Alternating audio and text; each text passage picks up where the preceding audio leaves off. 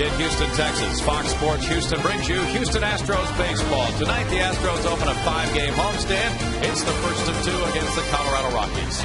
Good evening, everybody. Bill Brown and Jim DeShays. The Astros and Rockies players all getting into town in the wee hours of the morning, so some eyelids may be propped up on the bench tonight, J.D.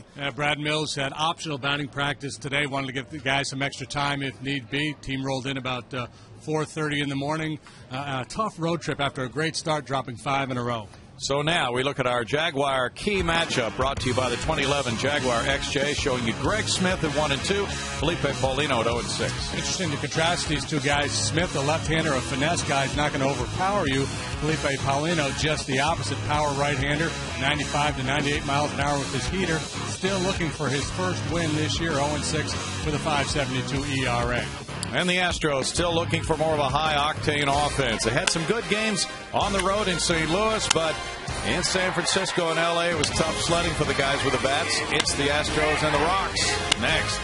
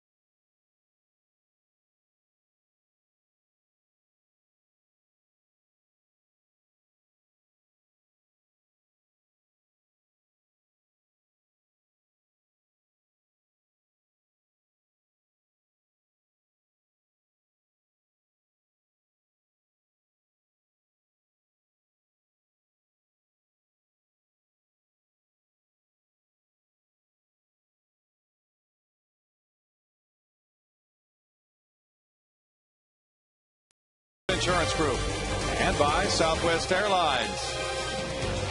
On a warm evening, there's a nice breeze coming through Minute Maid Park on the opener of this 5-game homestand. Handshakes have been exchanged between the manager of the year, the National League, Jim Tracy of the Rockies, and Brad Mills, as the lineup cards were exchanged as well. Here's the Rockies batting order. It's brought to you by Capital One. Carlos Gonzalez, left field. Dexter Fowler, center field. Brad Hoff, right field. Troy Tulowitzki, shortstop. Todd Helton hit his first homer of the season last night at Wrigley Field, first base. Miguel Olivo, catcher. Melvin Mora, third base. Clint Farmer, second base. Greg Smith, pitcher. Starting pitcher is brought to you by Suzuki. Felipe Paulino, one more time, looks for his first win of the year. We look at a scouting report on him. Fastball 93 to 97 miles an hour. Inconsistent with his secondary pitches. Sometimes the breaking stuff outstanding. Other times he's a a little erratic with it, but he's pitched pretty well in some of his starts. But like most of the Astros starters, has not enjoyed much run support. The defensive support looks like this. Lead worn intense. Infield of Feliz. Tommy Manziel, after a couple of days off, back in there at short. Keppinger handles second. Lance Scott first. Kevin Cash behind the plate. Felipe Paulino did get an earlier flight out of Los Angeles, so he arrived in Houston hours before his teammates. And he has lost his last 6 starts after a no decision in his first start of the season. 100 pitches last time out in the loss to the Giants, JD. Yeah, Giants got some real good swings at him. I remember commenting in the game. I had the sense that they knew what was coming, like he was tipping his pitches or something. And when you look at his other starts against the Giants, you could build a pretty good case for it. And he walked 4 in that game as well. Here's an immediate challenge for any pitcher. Leadoff man Carlos Gonzalez, .333 average. 5th best in the National League, and he hits for power, too. There's strike 1 to Gonzalez. Gonzalez is on a 12-game hitting streak. He's hit .340 during the last 12, and he's driven in 11. Just 24 years of age, a very talented player. Draws comparisons to Carlos Beltran. And he cranks one foul for an 0-2 count. Yeah, with the speed and the arm. And Gonzalez signed as a free agent from Venezuela. By Arizona, they traded him to Oakland in the Dan Herron deal, and then Colorado got him along with Houston Street and Greg Smith in the Matt Holliday deal in 08. Roll to first base, a 2-hopper to Lance Berkman, 1 out for Paulino.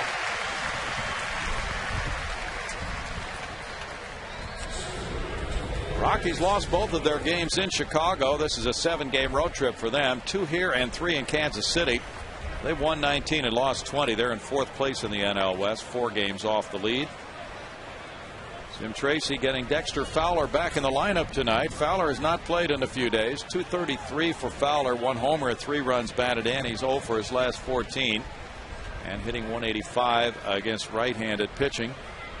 He's a switch hitter. The Rockies pretty much just treading water so far this year. At their best, just a couple of games above 500, but they've never dipped more than a game below 500 all year long. Win a couple, lose a couple. Sputtering somewhat offensively, 8th in the league in runs scored.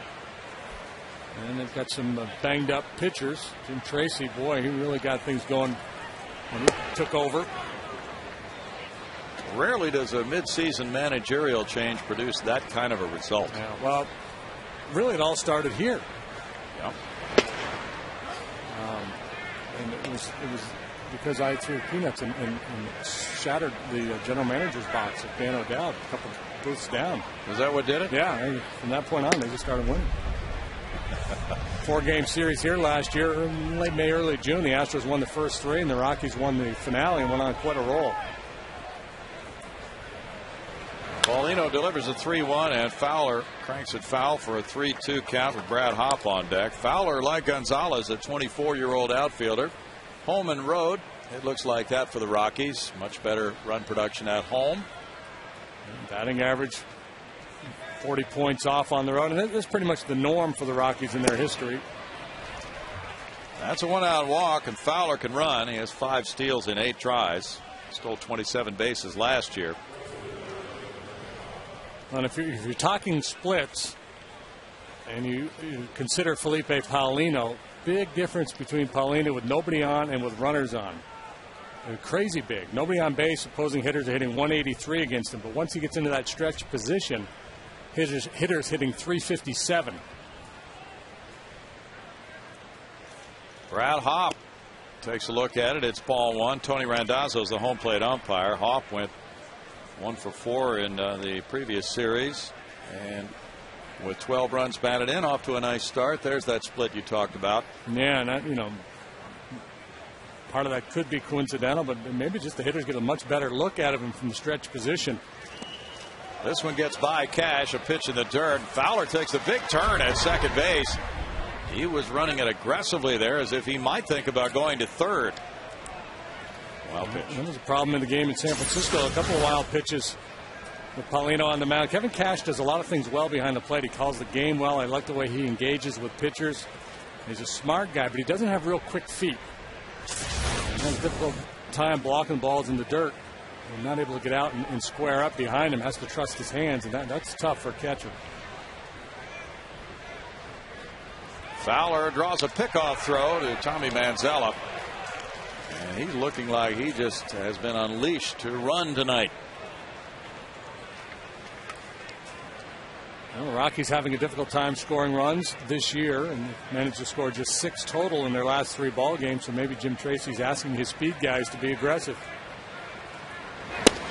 Off moves back from the inside offering, and Paulino falls behind him 3-0. This is not a time where you want to be aggressive if you're Fowler. You've got a pitcher struggling a little bit with his command. You don't want to take any chances on the bases when you're going to get free passes. 3 balls, 1 strike to the right field slugger, who's 30 years old, from Fort Worth. Paulino, good life on the heater, 95 miles an hour.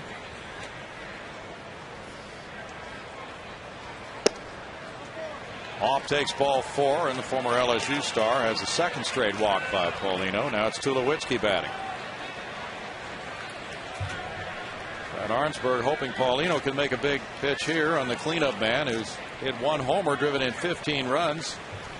And the power numbers have not been there as far as home runs for Tulowitzki, but he does have 13 doubles.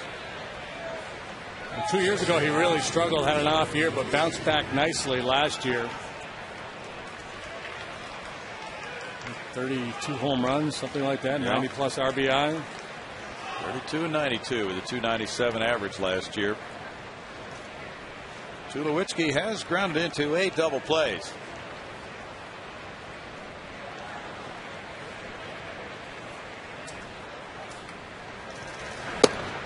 Paulino delivers ball 1 to him.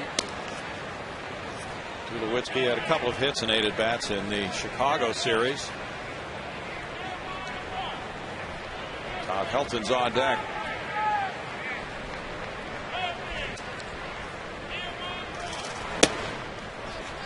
It's 2 balls, no strikes. Now it might be time to come off of that fastball. You know, when you throw as hard as Paulino does and you're having a hard time finding the zone, you're mentally you say, I'm just going to keep pumping fastballs in there because I'm a hard thrower and I trust my fastball. But if you can't locate with it, it might be time to try something else.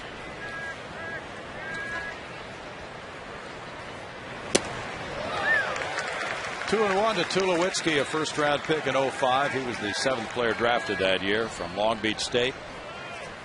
He just went after ball 3. Here's the breakdown on him. A great year in 07, and then scuffling in 2008. Bounced back nicely last year. Maybe he's just an odd-year guy. Maybe so.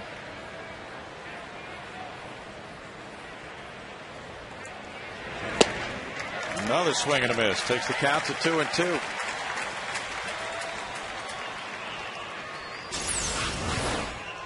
A little slider, and he's out in front, geared for the heater.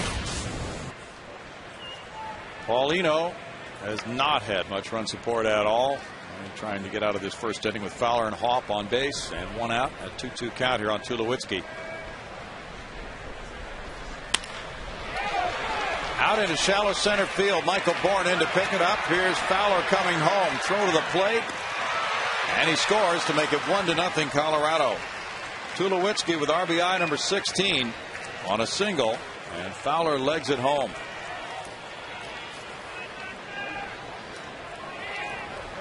That's the 25th first inning run the Rockies have scored this season. And a little bit of a mishandle there by Michael. Kind of took him out of his rhythm, and he got a little extra air under that throw. I was a little bit surprised that they sent Fowler, to tell you the truth, because he had to hesitate a little bit. You see Kevin Cash trying to keep him off the plate, and Fowler apparently able to get that left hand in there. Rich Dowers, the third base coach.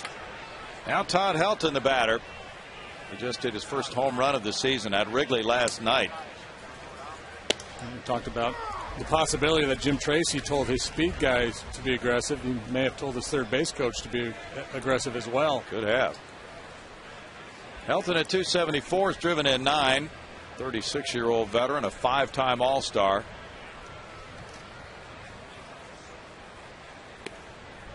He takes that one, and the count goes to 1-1. Helton is 2 for 5 against Paulino, including a homer.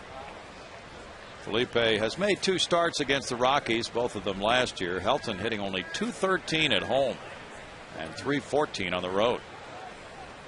Well, that's odd. He was hitting 3rd, dropped to 5th in the order in late April. Grounder here to Feliz. Feliz to 2nd. Keppinger to 1st. And the Astros get a double play. The Rockies come away with a run on 1 hit and leave a man. It's Colorado 1, Houston coming up.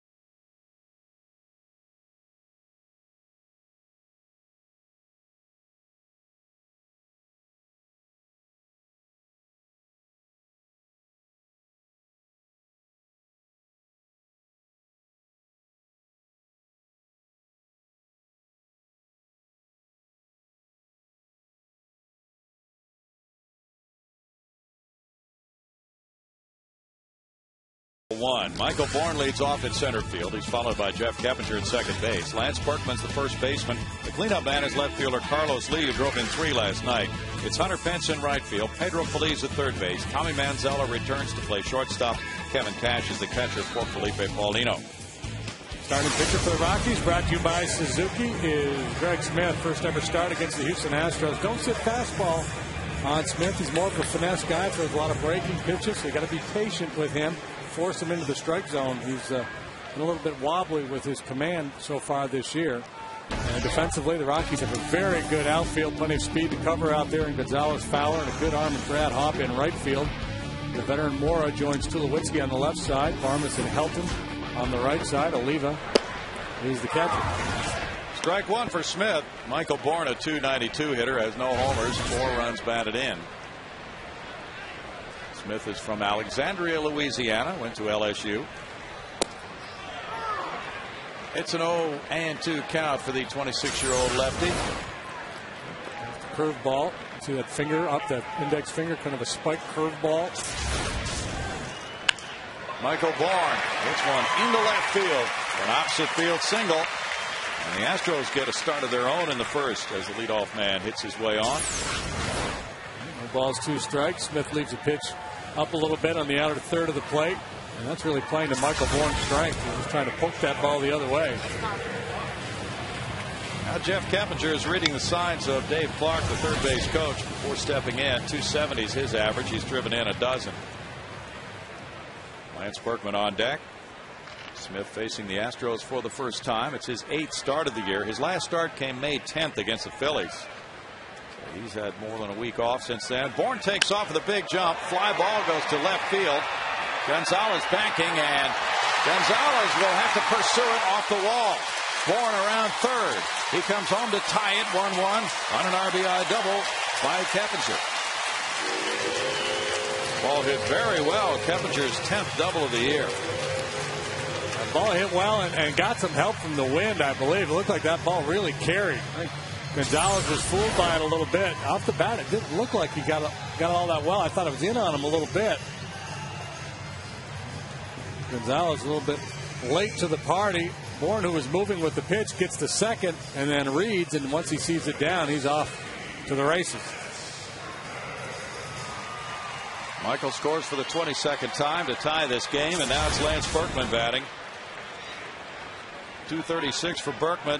4 homers, 13 runs batted in.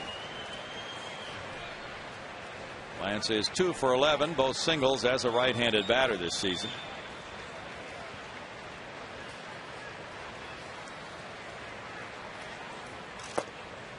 Smith delivers, and it's ball 1. Berkman on the road trip hit .333 with 9 hits and 27 at bats to get to that .236 figure for the season. Lance hit 2 homers and drove in 6 on the Astros 8-game road trip.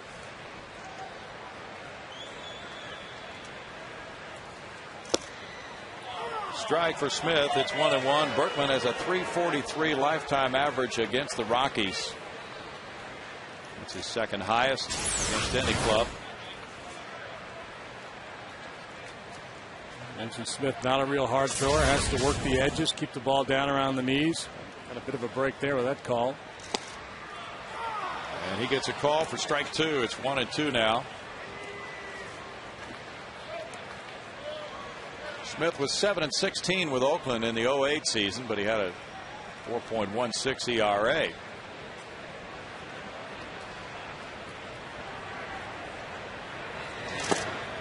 In the dirt, and it's 2-2.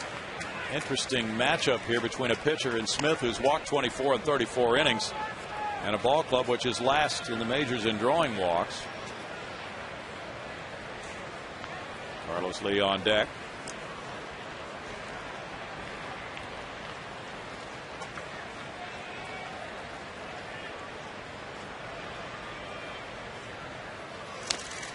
And it's fouled away. Berkman has been on in 17 of his last 38 plate appearances. Has not had many at bats from the right side this year. The Astros just haven't faced many left-handed pitchers, but they did get Zito over the weekend in San Francisco.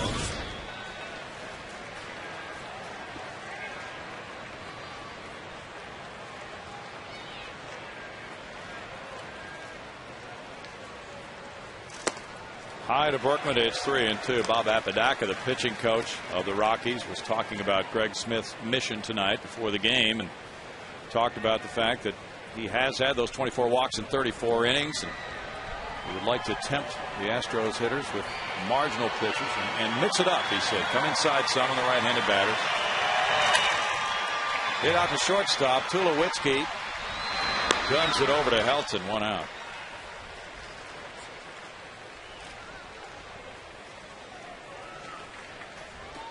Quite an all-around player there at short. And nobody's going to accuse him of goosing the ball across the diamond on a routine ground ball to short. Loaded up like he was trying to catch Michael Bourne. He did. Now it's Carlos Lee, who had a 3 RBI game last night with a homer and a 2-run single. He drove in all the Astros runs. 201, 4 homers, 15 driven in. He's a .282 lifetime hitter against the Rockies. Smith misses, and it's ball 1. The Astros are 13-26. They're trying to snap a 5-game losing streak tonight. They won the first 3 on the road, and then they lost the last 5. Popped up back toward the seats. 1-1. Second consecutive 2-game series for the Astros. They lost both in L.A. and they'll finish up this string against the NL West tomorrow night, facing Ubaldo Jimenez with Roy Oswalt going to the mound for Houston at 7:05. After tonight, it's a string of outstanding starting pitchers going up against the Astros. First with Ubaldo, who's been the best in the National League this year, and then 3 very talented young arms. The Tampa Bay Rays coming to town for the weekend set. Tulowitzki. 2 outs. And now Hunter Pence will bat. The Astros 2-13 against the clubs in the National League West so far. They have really played the Rockies well at Minute Maid Park. 24-8 against them. Hunter Pence, 248 with 6 homers, has driven in 16. Hunter hit .303 on the road trip, 10 hits and 33 at bats, including 3 homers and 7 runs batted in. So he has 4 home runs, 9 runs batted in his last 9 games now. Pedro Feliz is on deck. Well, big at bat here for Hunter. Keppinger out there on second base with nobody out. 3-4-5 due up so far. 3 and 4 weren't able to get him home. Lance could pick up, or excuse me, Hunter could pick up Lance and Carlos. A little RBI knock here.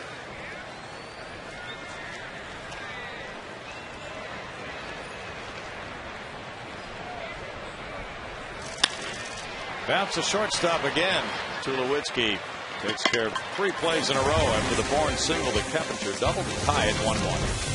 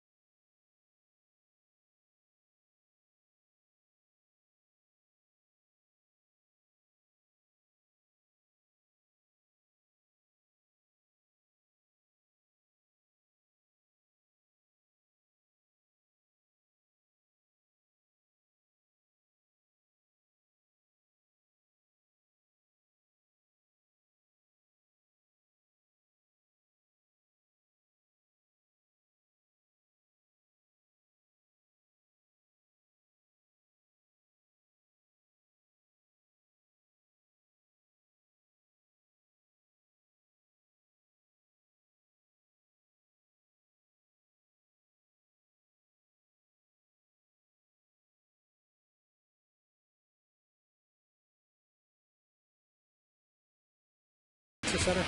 Making cancer history. May 19th, 1989. Mike Scott pitches 7 innings of no-hit ball before Glenn Wilson seems to break it up. It's the only hit they get. Astros win 3-zip. Third one-hitter in Mike Scott's career. Go along with that no-hitter in '86 to clinch the division. Paulino in a 1-1 game throwing, and there's strike 1 to the catcher for the Rockies, Miguel Olivo. Olivo has 8 homers, 20 runs batted in, and a .283 average, and a robust start to the season. That included one 5-for-5 game with a home run. 1 ball, 1 strike. Olivo hit homers in 3 consecutive games. In fact, that homer in the 5-for-5 game was a walk-off. That's a big game for him. 2 balls and a strike. And he caught the second no-hitter of his career in Atlanta. Pitched by tomorrow night's starter, Ubaldo Jimenez. 2 balls, 2 strikes to Miguel Olivo, known for his strong arm and his power. He's second right now among National League catchers in homers, and third in runs batted in. He has almost as many homers as walks. Keppinger out into right, looks at Hunter Pence. 1 out for Paulino. So as a pitcher, you take that information and say, well, don't give in to the guy. He's a free swinger, doesn't like to walk. Even if you're behind in the count, you don't have to throw him a cookie. But enough guys have thrown him cookies. He's got very good home run numbers. I think more home runs the last 2 years than any catcher in baseball. Yeah. I believe is the note I saw on him. Yeah. Now in this 1-1 game, it's Melvin Mora, former Astros farmhand. Mora taking ball 1, gets the start at third base instead of Ian Stewart tonight. .268 with 8 runs batted in for this 38-year-old veteran from Venezuela. I didn't get a chance to talk to Jim Tracy about his lineup tonight, but my hunch is he just looked at the numbers. Felipe's been much better against left-handed hitters than righties, and he's already got 4 left-handed bats in the lineup, so he's probably fearful of putting too many lefties in there. Michael Bourne is over in left center. Carlos Lee yields. No, yield does not happen, and Lee makes the catch.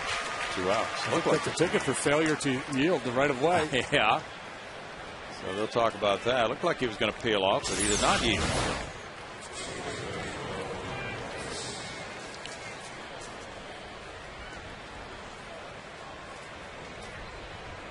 So they need to get things squared away on that. And it's Clint Barmas batting. Barmas, a .213 hitter with a homer, has 15 runs batted in after a big season last year. He looks at ball one. Barmas went to Indiana State. Hit 23 homers last year and drove in 76 runs. Sycamores, Indiana State. That sounds right. That's yeah. 101. Larry Bird School, right? Foul back. It's 1-2. Barmas is from the state of Indiana. Vincennes, 31 years old now. Product of the Rockies farm system, a 10th round pick. They have a lot of homegrown players. Fly ball to left. Carlos Lee coming in. Tommy Manzella looks out, and it's out number 3. Paulino gets 3 fly ball outs, and the score remains 1-1 after 1.5.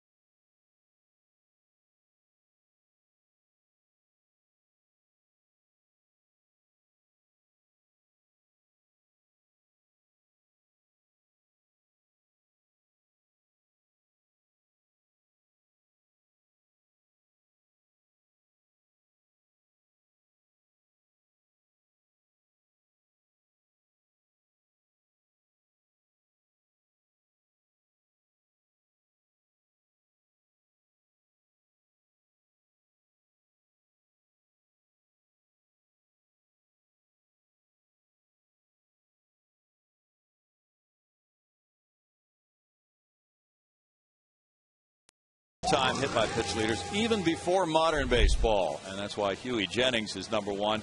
He was hit 287 times, but that was many years ago. Craig Biggio is viewed as the modern day all-time leader with 285, and Don Baylor, the former manager of the Rockies and current hitting coach of the Rockies, is 4th on that list with 267. Standing hitter in his day. Yeah, groove. Tall upright stance, stood right up on top of home plate and basically dared you to come in on him. Back in his home state of Texas, native of Austin. Now Pedro Feliz leads it off. Home second inning. Leads at 217 with a homer, has 13 runs batted in. Huey Jennings played from 1891 to 1918. Very little those last few years. Strike to Pedro. Feliz at 192 on the road trip and drove in 2 runs.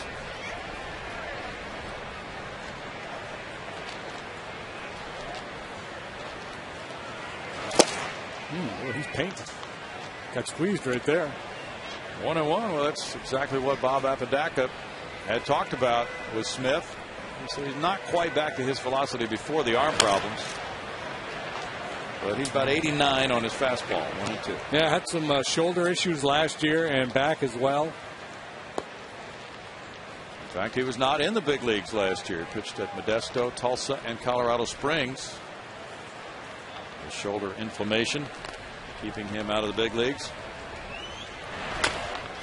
Little roller goes third base way, and Mora will not be able to prevent it. Infield hit for Feliz. He made the pitch he wanted to make. He got Pedro to reach for a changeup off the plate away, and he got a weak little ground ball, but with Mora playing back, not able to make a play. That goes under the category of a thing of beauty for Pedro. He's aboard for Tommy Manzella. Manzella back in the lineup tonight after some early work on his hitting in Los Angeles last couple of nights. 178, 1 homer, 6 runs batted in for Tommy. Well, Greg Smith has an outstanding pickoff move. A difficult run on, and Flea's not a base stealer anyway. If anything, Brad Mills might think about playing a little hit and run down here at the bottom of the order. Smith has been more of a fly ball guy in his career, but he already got 3 ground ball outs there in the first inning. He may contemplate starting a base runner to try to stay out of a double play and create a little something at the bottom of the order. To Manzella. Manzella 1 for 13 on the Astros road trip. And if you do play hit and run here, it's always incumbent on the hitter to put the ball in play, but especially so when you got a lefty with a good move, because you get almost no jump at all over there at first base.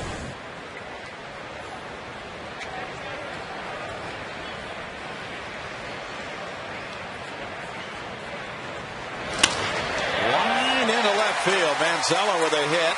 Feliz going to second. Gonzalez gets it back in.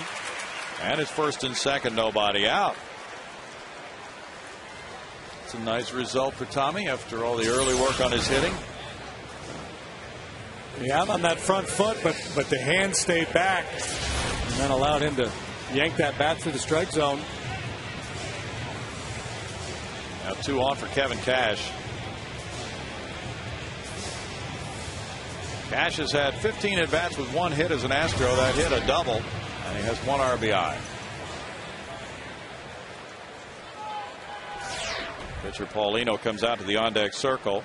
Cash had an RBI double Sunday at San Francisco in the 7th inning. That snapped his 0 for 14 start. I don't know if he's capable of it, but if he's thinking about bunting for a hit, Moore is way back at third base. Strike for Smith. Smith pitched the 2nd game of the season for the Rockies this year. And even though this is his 8th start, he is not guaranteed another start. Lefty Jeff Francis has just returned to the rotation.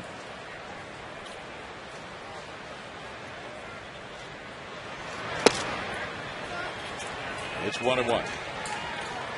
Rockies have good depth, 1 through 5 in the rotation. They have tomorrow night's starter, Ubaldo Jimenez. It's been powerful this year with a 1.12 ERA, best in the league, and 7 wins, tied for the league's best. They have Aaron Cook.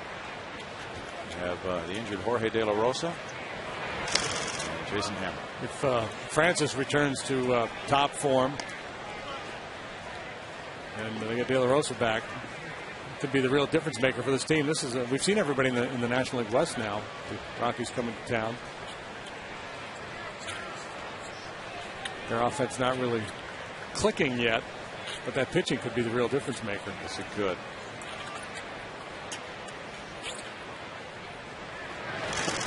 Breaking ball, and Cash went for it and struck out. Strikeout number 1 for Smith.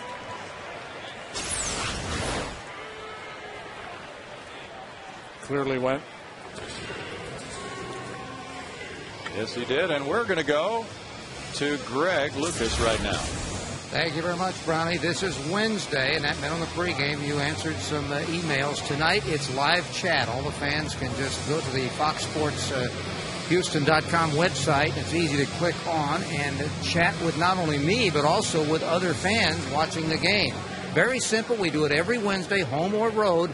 We want to hear from you. That's Live Chat Wednesday on Astros Baseball. Back to you guys. Thanks, Greg. Felipe Paulino has hit well this year with 4 hits and 11 at-bats, 2 sacrifices. Todd Helton's in on the grass. Melvin Mora also creeping in on the grass. Paulino is grounding one into right field. Feliz is being stopped at third by Dave Clark. Brad Hopp has an excellent arm, and the bases are loaded on Paulino's 5th hit of the year. I love that play. With 1 out, and you got a guy that can handle the bat a little bit. You've got Helton coming in hard, really exposing that hole on the right side. You get the bunt down, you've got just 1 chance to try to drive that run in, and you got a left-handed pitcher on the mound with Michael Bourne swinging from the left side. I really like this play. And a lot of times that'll be called, and a lot of times the pitcher will just be told, hey, look, you're up there to bunt, but if you feel like you can take advantage of a charging infielder, feel free to pull it back. When nobody out, straight bunt would have been on, but with one out, it's a good play. Bases loaded here. Feliz and Clark talk it over at third for Bourne. Bourne hit the single to left field on the 0-2 pitch back in the first.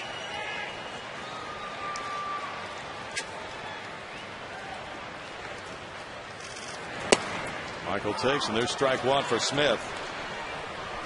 Smith worked 190 innings in that 08 season for Oakland.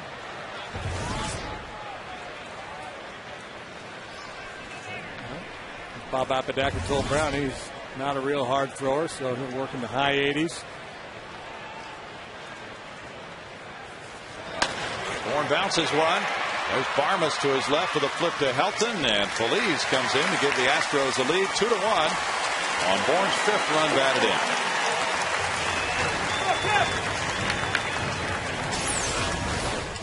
Just a meek little ground ball to second base, but that's all it takes with Bourne's speed. No chance to get a double play. Only option was that play at first base.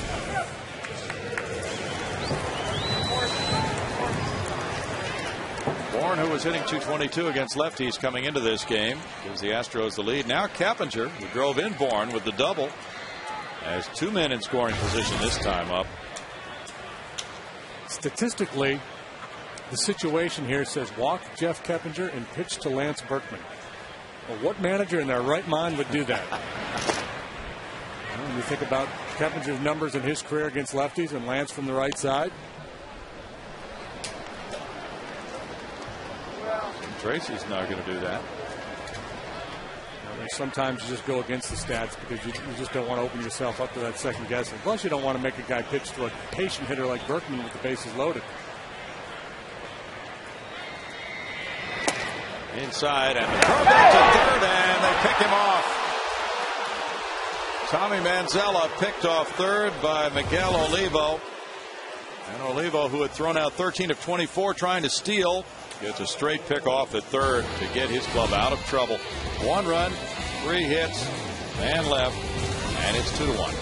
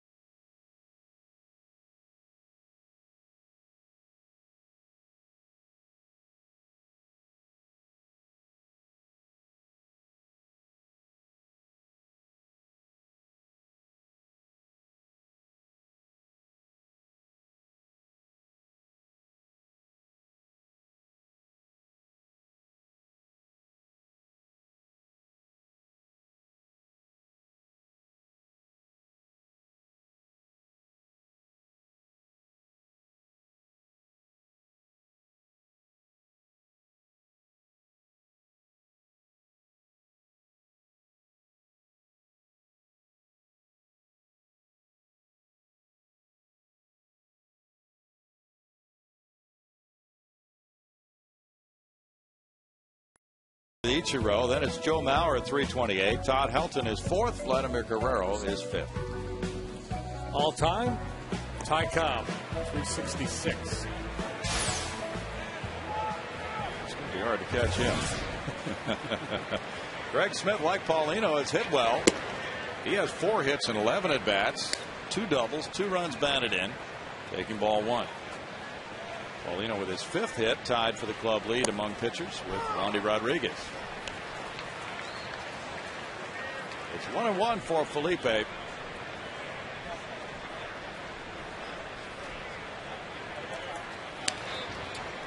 Highest batting average of anybody who's played in the last 30 years or so. It's Tony Gwynn, 338, tied for 18th all time.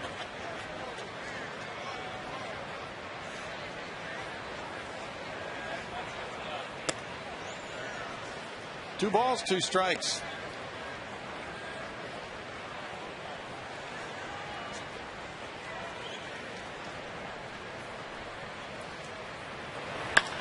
This one goes out toward Michael Bourne. He was positioned there in left center field and only has to go back a few steps as we go to Patty Smith with one out.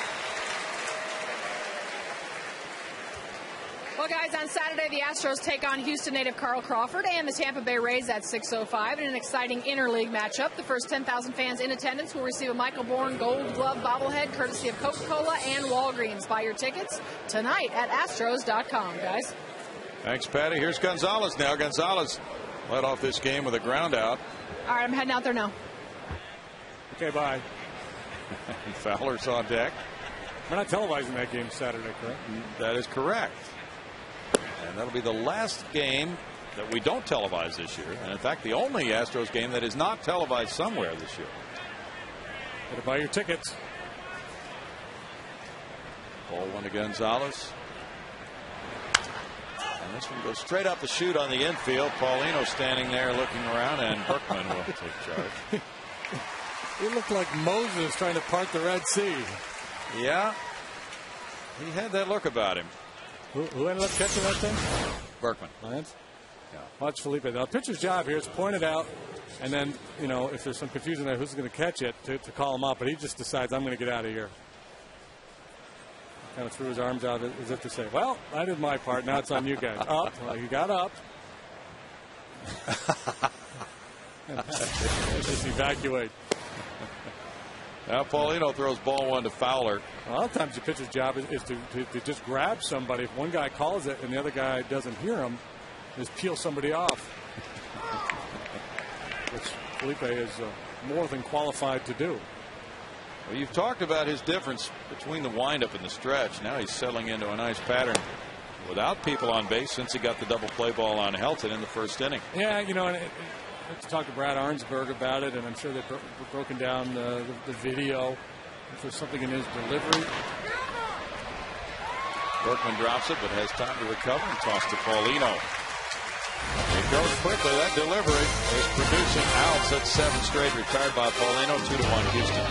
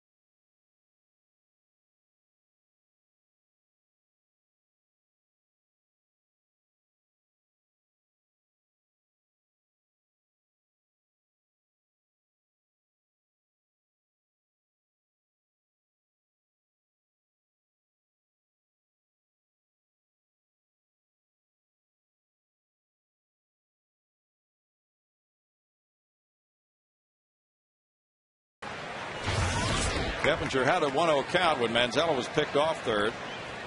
Jeff had driven in the first run with a double to left center. And the curveball's tapped foul, strike one. Keppinger, as JD indicated, has hit lefties very well throughout his career.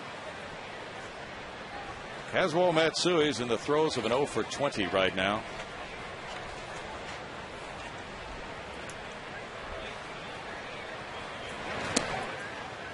It's 1 ball, 1 strike. Batting practice was optional, but several of the Astros did take their swings on the field tonight before the game.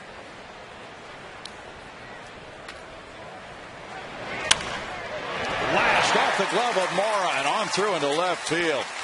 Keppinger hit a rocket. Mora really got off the dime and did a great job just to get a glove on that, but couldn't hold it, and Keppinger's 2 for 2.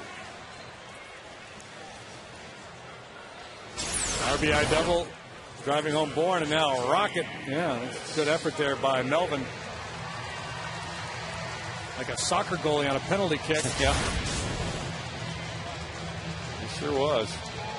Keppinger aboard for Berkman now. Berkman worked the count full and grounded to shortstop in the first inning. 6 hits for the Astros already off Smith. And that's strike one.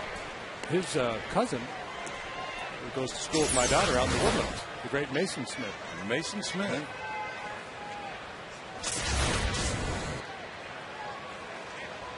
Change up. I wonder if Mason's at the game tonight. I believe he is. Berkman takes, and it's a 1 ball, 1 strike count.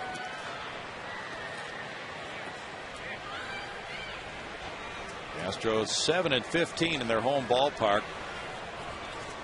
And their schedule has been stacked with a lot of early games at home. 22 of their first 31.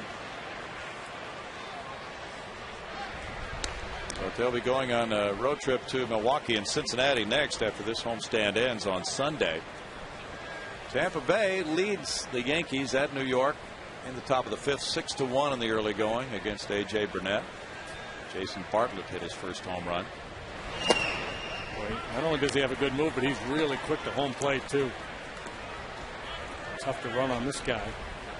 Well, for his career, JD, coming into this season, there were 11 steals in 23 attempts.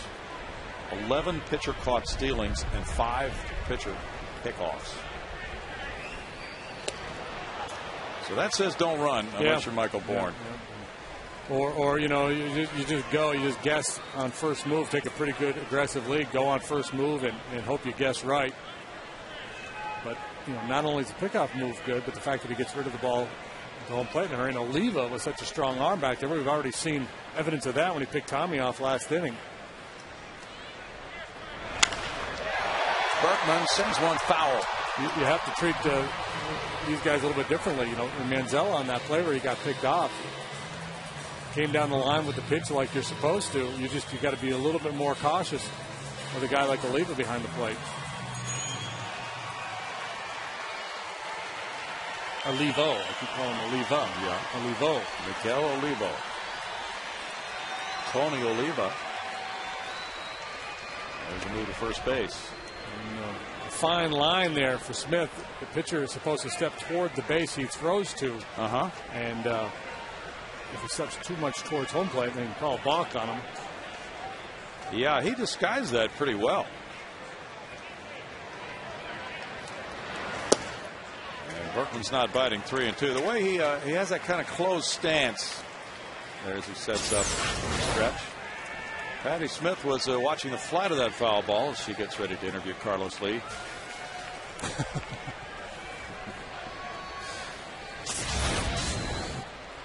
Her eyes grew wide. Bouncer into left field for Berkman. Keppinger gets the second, back-to-back singles for the second inning in a row. In fact, in all 3 innings, the Astros have had back-to-back hits from the first 2 batters. Building a picket fence, running the first, running the second. Would love to have a breakout big inning. This could be it. First and second, nobody out for Lee, Pence, and Feliz. This is probably the first time all year the Astros have done this in 3 consecutive innings, had back-to-back hits. Carlos Lee grounded to shortstop in the first. Hunter Pence on deck.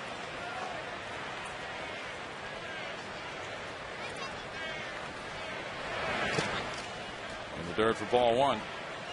The Coors Light Cold Hard Blast will take you back to last night. The fans in left field apparently were giving Carlos a rough time at Dodger Stadium.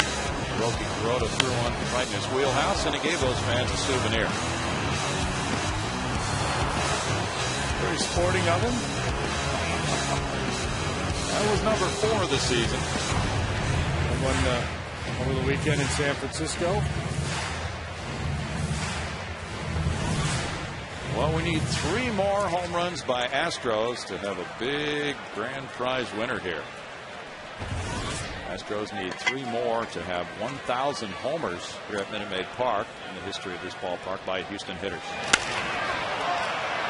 To shallow center, Tulowitzki drifting. And because of that, they did not call the infield fly rule. It's out number 1. Actually, it should have been Dexter Fowler's ball, but he gave up on it. And the wind is really blowing hard here, so infielders and outfielders have to continue to pursue, make no assumptions. And it wasn't a real hard play for Tulowitzki, but it would have been an easy play for Fowler. Good breeze coming through Minute Maid Park. Now Hunter Pence is the batter.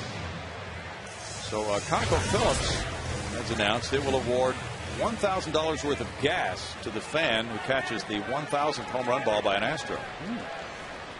Maybe we should do a game from out there. That's a good idea. Maybe we should do a game this weekend, and the Astros need 1 more home run to use that gas. Yeah. Foul back is strike 1. Well, of course, you haven't been needing any gas for the last week while we've been on the road, but there it is at 997. So you probably need to fill up, right? Because you probably didn't have a full tank when you left your car at the ballpark. That was kind of like Talladega this morning when the Astros players were leaving the parking lot here and headed for their homes. All lined up. Yeah, not many stuck around to wait for the bags. Not many at all.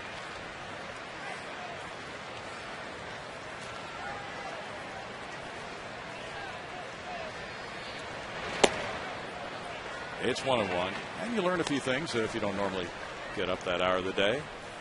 The sky is beautiful, JD, at 6 a.m. It's starting to turn that light blue. I'm usually up early. Now, you know, milking the cows, doing my chores. Okay, I didn't realize that.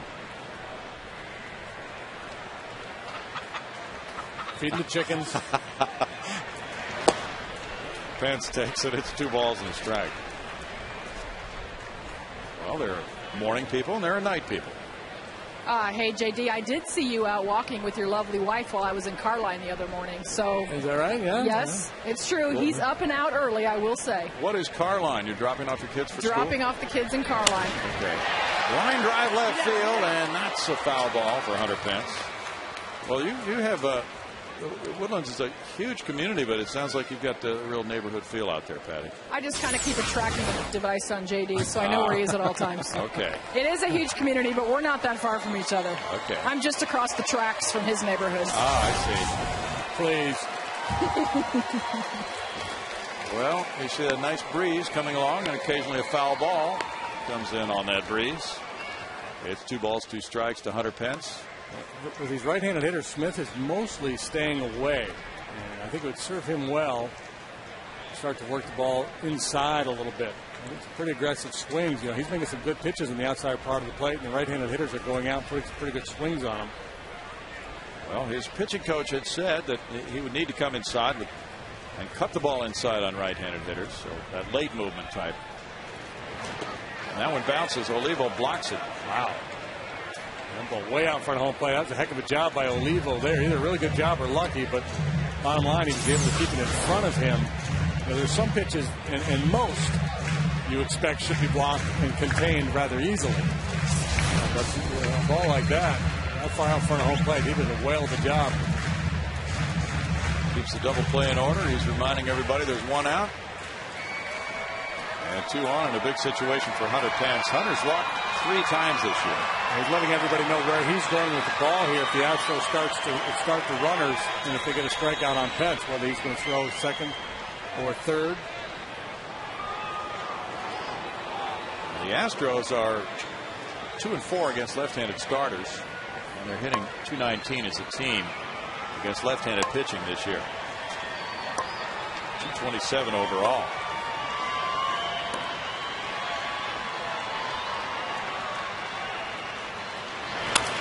Grounded to third and smothered by Mora. Long throw to first, not in time. An infield hit for Hunter Pence, and he ranks high in infield hits. Bases are loaded with one out. But this time it could have been a double. Mora holding him to a single. And we saw Mora belly flop in the other direction now towards the line. Makes a heck of a play. Very difficult to throw Hunter Pence out on a ball like that. We've seen it time and time again when he leans out and pulls the ball, whether the third or short, he gets that great break out of the batter's box. Good effort by Mora, and Pence now has 10 infield hits. He's second in the National League. Pedro Feliz reached on an infield hit to third in the second. Little roller. And strike one to Feliz. Feliz has hit 20 home runs in his career against the Rockies. That's more than any other Astro in the lineup tonight. And 7 career grand slams for Pedro. Manzela's on deck. Oh, that's the pitch we're talking about. That's the one Apodaca, I'm sure, is making a little mental note. And remind Smith, yeah, that's the pitch you got to make. You've made these right-handed hitters aware of soft, and you've made them aware of away. Now you got to make sure you do some work inside. Clevenger, Berkman, and Pence, the base runners.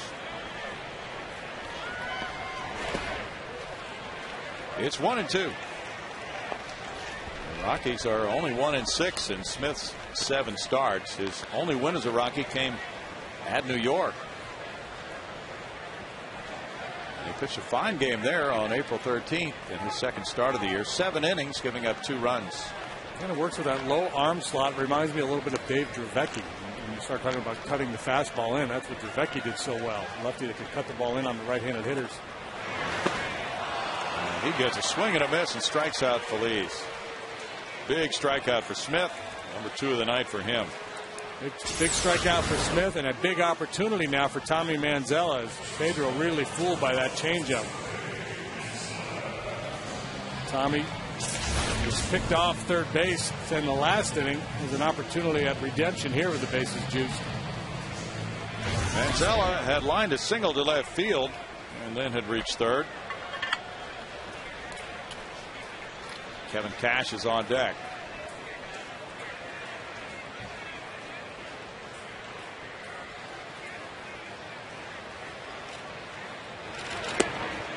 Manzella looks at the curve. There's ball 1. Smith at Alexandria High School was 9-0, and his ERA was 0.12.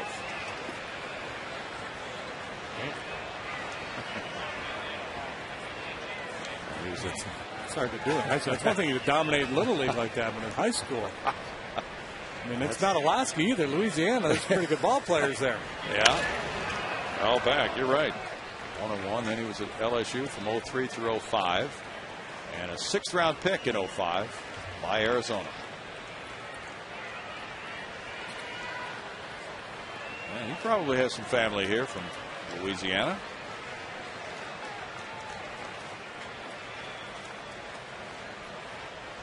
Astros will pay the return visit to the Rockies in June. Well, these guys probably played against each other in college. Yeah. Good point. Line to right field. Hawk with the catch. And it's no runs. 3 hits. 3 left for the Astros. 2-1 Houston after 3.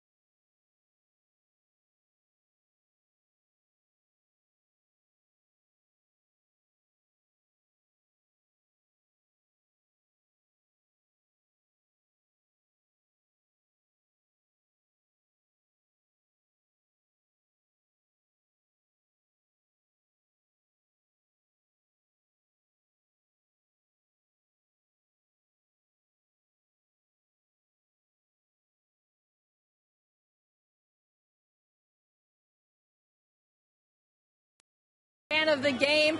And Adam, for multiple reasons, but I got to show this first before our batter goes. Go ahead, Adam. Show us visual. Fan of the day. Adam was also, as Brownie and JD mentioned, he was the Carlos Lee I was preparing to interview. He could get fan of the game alone just for rushing after that ball. We've got one more little tidbit about Adam that makes him the fan. Your birthday. Yes, my birthday is October 9th, 1986, and I was born on the day the Astros clinched the pennant. And 2 hours in, I was already in an Astros jumpsuit, being a baby. All right, for those three reasons, Adam is our progressive fan of the game. Thank you very much. Good job of being a baby. Way to go, Adam. That is fantastic. Hop was a single to left field, and Carlos Lee went over to track it down as you were doing that interview, not too far from him, to hold Hop to a single. So now in this 2-1 game, the Rockies have the leadoff man on in the fourth, and it's Tulowitzki who drove in their run with a single center. I think we've just raised the level of fan of the game. Someone's going to have to match that backflip. We might not have another one that good. Strike one to Tulowitzki. That's hit number 2 for the Rockies. The Astros have had 8 hits, but Houston has stranded 5 in the first 3 innings. This Colorado team has explosive tendencies. 8th in the league in runs scored, as JD mentioned earlier. Yeah, they haven't hit a lot of home runs, since they started employing the humidor out there in Denver. They don't hit home runs in that ballpark like they used to, but still a very good offensive park because it's so big. So the batting average tends to be very high there. I think it really favors speedy guys now, probably more than power guys. That's why Gonzalez is such a good fit.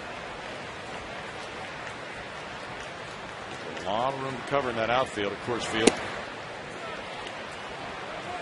1-2 to Tulowitzki, who has walked 16 times this year. Rockies were 11 and 12 in April. And 8-8 in May so far. So they're just kind of plodding along, staying within striking range so far in the NL West.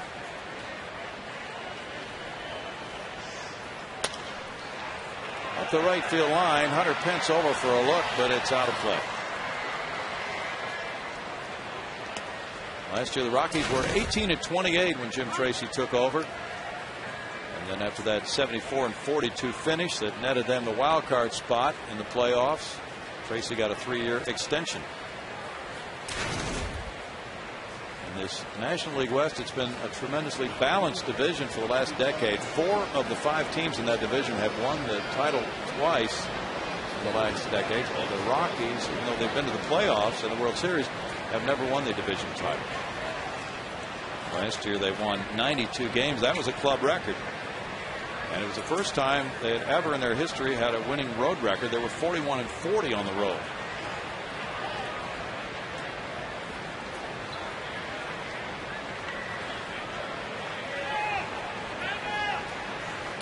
He just called the balk. No, and then home plate umpire's waving it off. He called time. Come on, fellas. Look a little crazy on this balk thing. Rendazzo at home. Paul Nauert at first.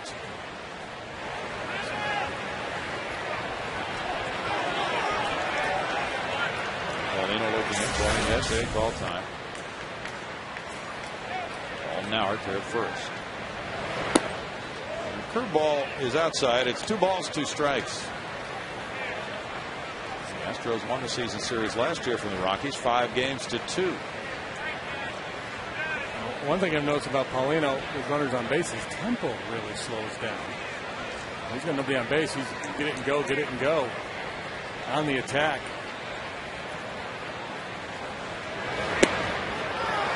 Strike 3 looking. Tulowitzki is frozen on the 76-mile-per-hour breaking ball for out number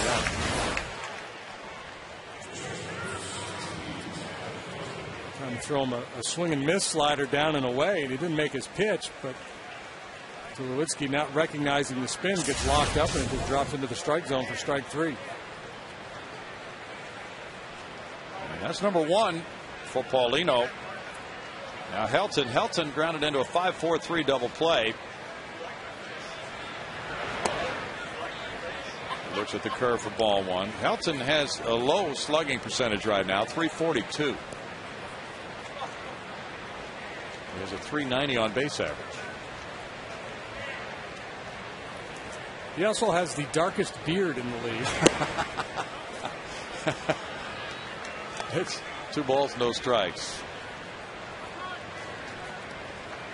Looks very much the outdoorsman.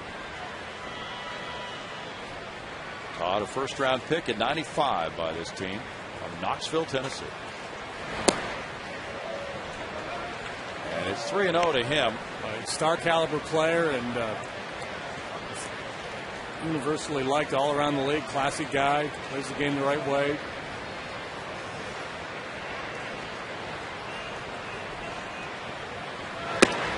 Ball 4. Helton takes the 4-pitch walk. And we get some AT&T trivia coming your way next. That's the 3rd walk for Paulino. 1st and 2nd one out with Olivo coming up.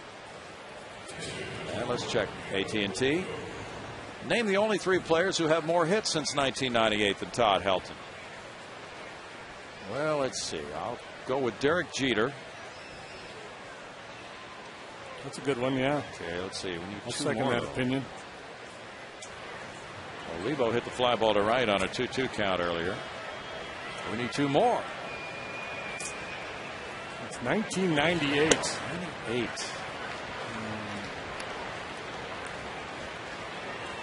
Guys that have been around a long time. They get a lot of base hits. When you think about guys like Griffey, maybe been around a long time. Done a lot of hitting. I don't know if he has that many. Probably not since 98. 2-0. But like a guy like, it was like Garrett Anderson yesterday. Yeah. Because I don't think he's walked a lot in his career. No. A lot of hits. And Ramirez. But Chipper walks a lot. Chipper walks.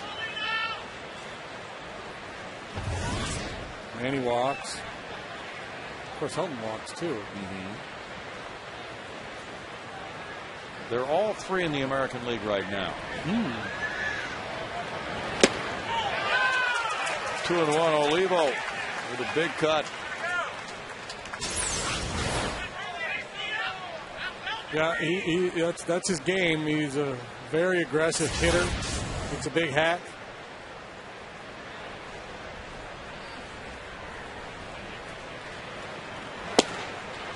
Paulino blisters that one at 96, but he misses, and it's 3 balls, 1 strike for Felipe. This is a good trivia question. That was very good. This is a big pitch.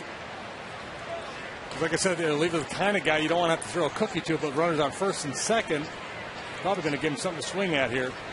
No, he did not. He may have gone. On appeal, they really did not go. Paul Nard with the ruling. And the bases are loaded. I'm not so sure. Some umpires probably would have said he went. Yeah, he kept the hands out in front. Normally when we see the replay, it's almost always conclusive that he did go, but I kind of buy that call. Now bases loaded for Melvin Mora.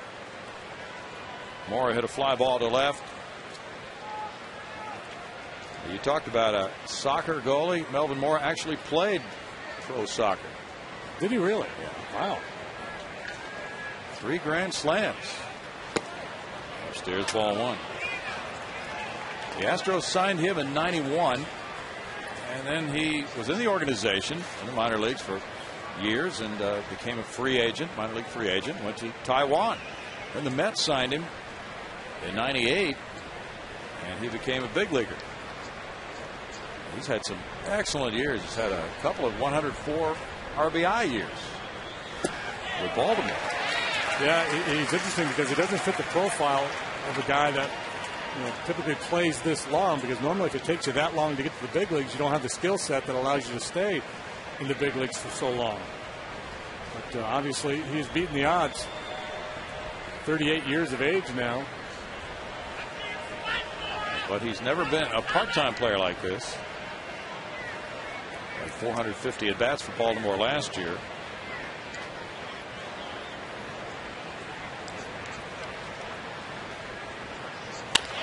Bouncer up the middle. Manzella gets to the bag and throws, but it's safe at first, and the tying run scores. Took him a while to get up and get to second base, and Hopp scored the tying run. It's 2-2. Mora gets RBI number 9, bouncing into the force play. And the ball scoots on Tommy a little bit, as do his feet, and thankfully he's able to scramble and get the out at second base. Mora, ill-advised slide there at first, able to beat the wrap, but just run right through the bag. Been safe easily. Now it's a 2-2 game. The Astros have out hit the Rockies 8-2. Here's Barmas. Barmas hit a fly ball to left first time up. He's way late on a curveball for strike one.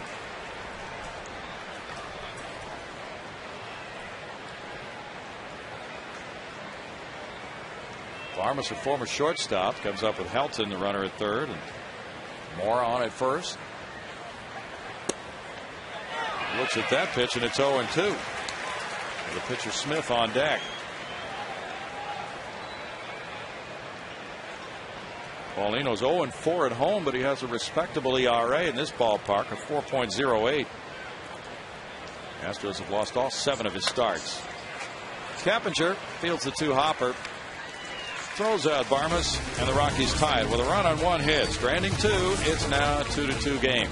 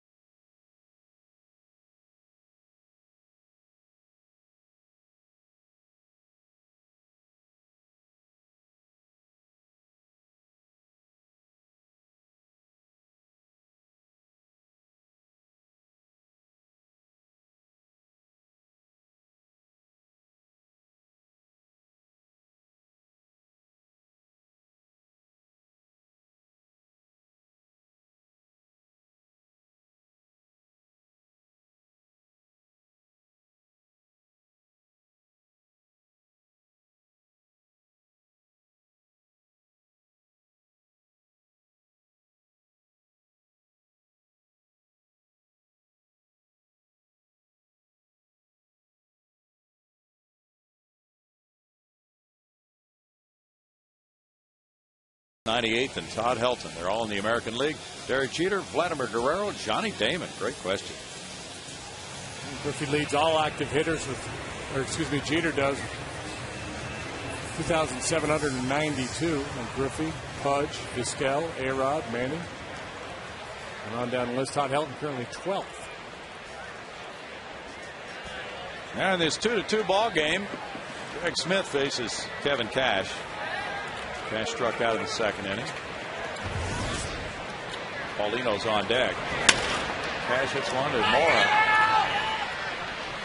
One pitch, one out for Smith. We go to Patty Smith.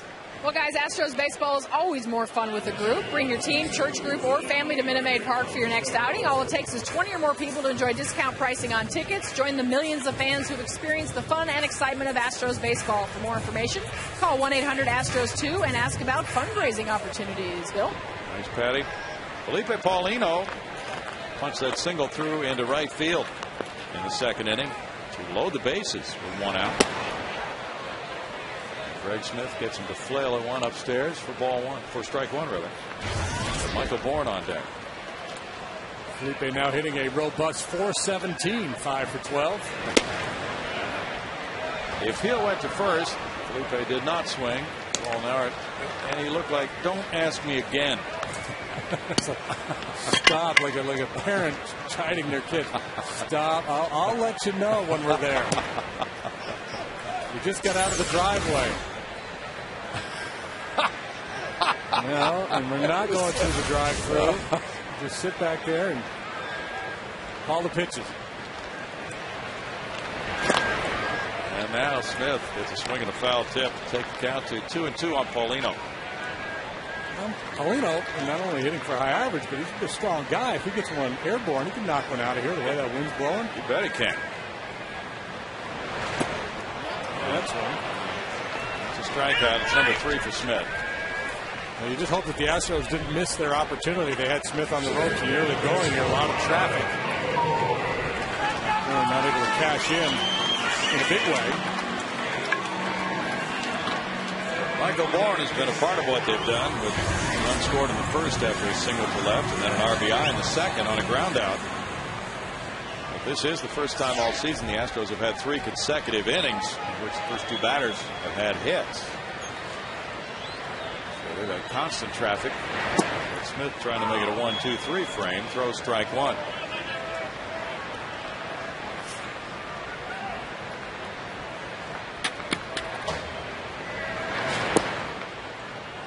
Curveballs away, and it's a 1-ball, 1-strike count.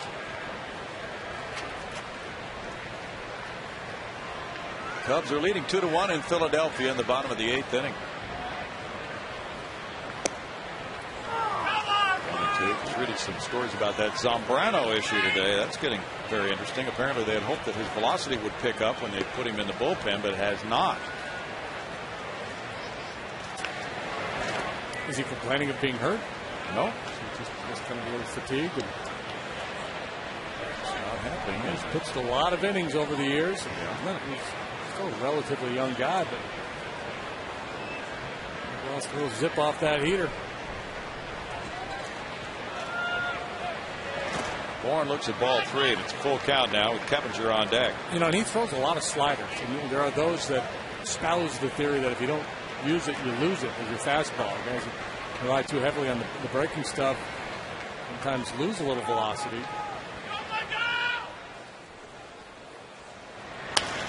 Bourne fouls it.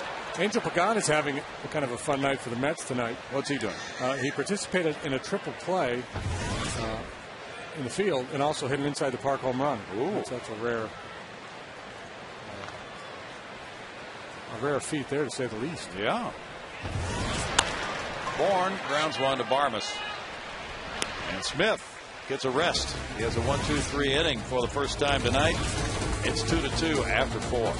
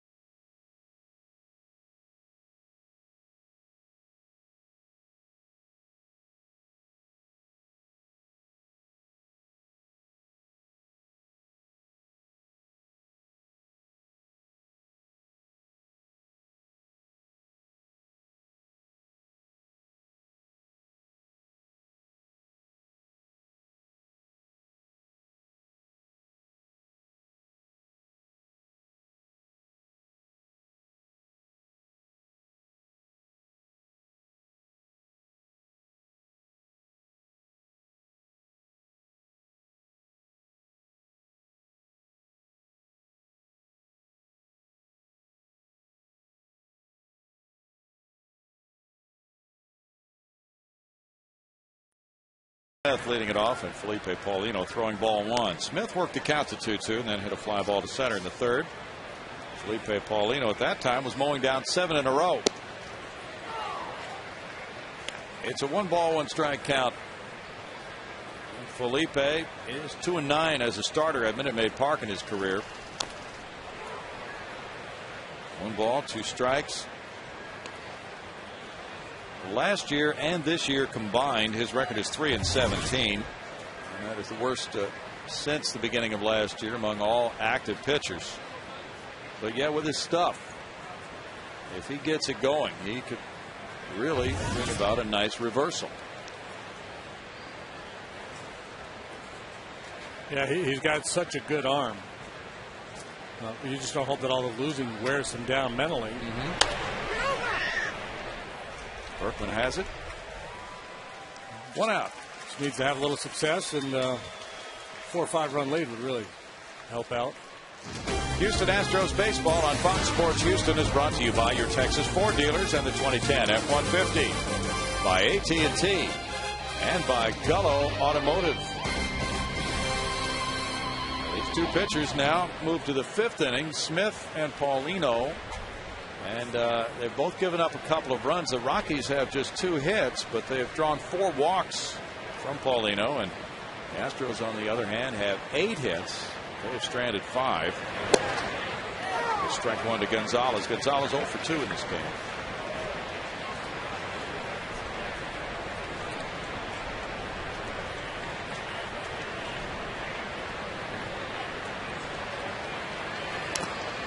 Fouls that one. He has started at all 3 outfield positions this year. This is his 9th start in left field. He started 11 times in center and 13 in right. So Jim Tracy has a very versatile player here. He's got the speed to cover center field. He's got the arm to play right field. Fowler, the center fielder tonight, has outstanding speed.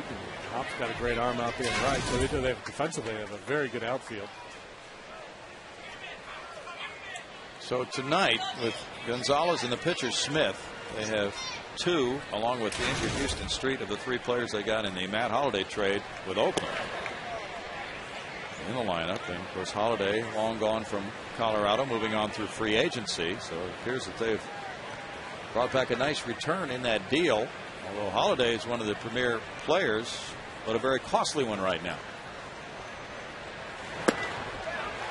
Paulino gets a strikeout for 2.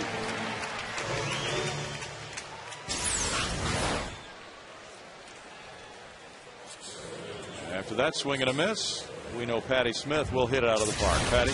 Well, I may not hit it out of the park, but it has been hit out of the park 997 times by a Houston Astro here at Minute Maid Park. And when that number reaches 1,000, well, the lucky fan who catches that 1,000th home run hit by a Houston Astro is going to get $1,000 of free gas from Conoco, and they're going to get to meet the player who actually hit the home run. So a lot of good reasons to come on out to the ballpark this week, guys.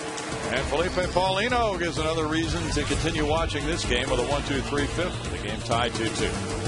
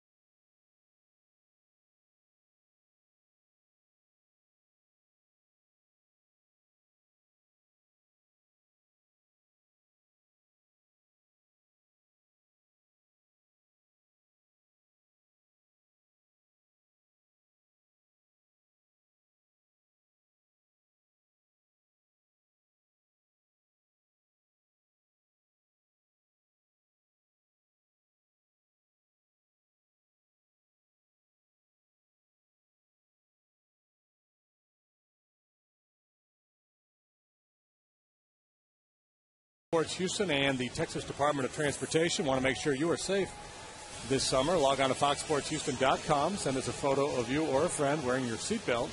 One lucky photo will be selected each week to win a prize pack from Fox Sports Houston. Text dot reminds you to click it or ticket.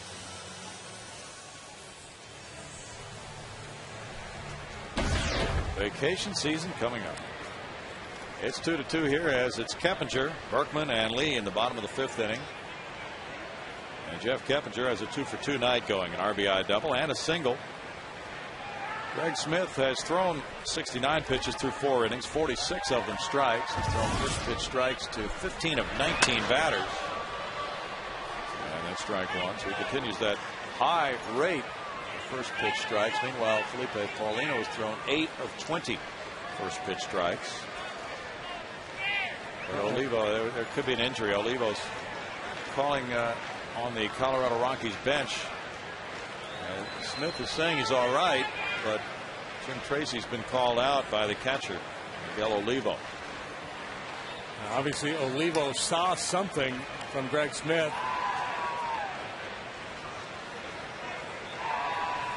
He's saying he's fine. Let's see if we can pick up anything.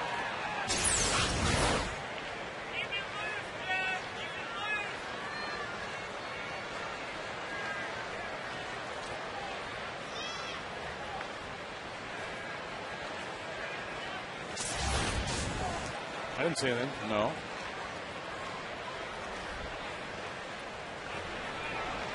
Olivo thought he saw something apparently, but it's all right. So Smith will continue with an 0-1 count. The Yankees protested their loss to the Red Sox. I guess it was last night's game. Josh Beckett came out with an injury, and Manny Del Carmen came out of the bullpen, was given as many pitches as needed to get ready. And the Yankees said there was no indication of an injury to Beckett, and made him feel like Del Carmen should have gotten all those pitches.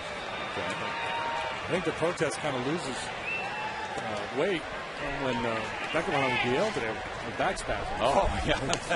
Pretty well. There's the evidence. Might as well drop that then. 1 ball and 1 strike to Keppinger.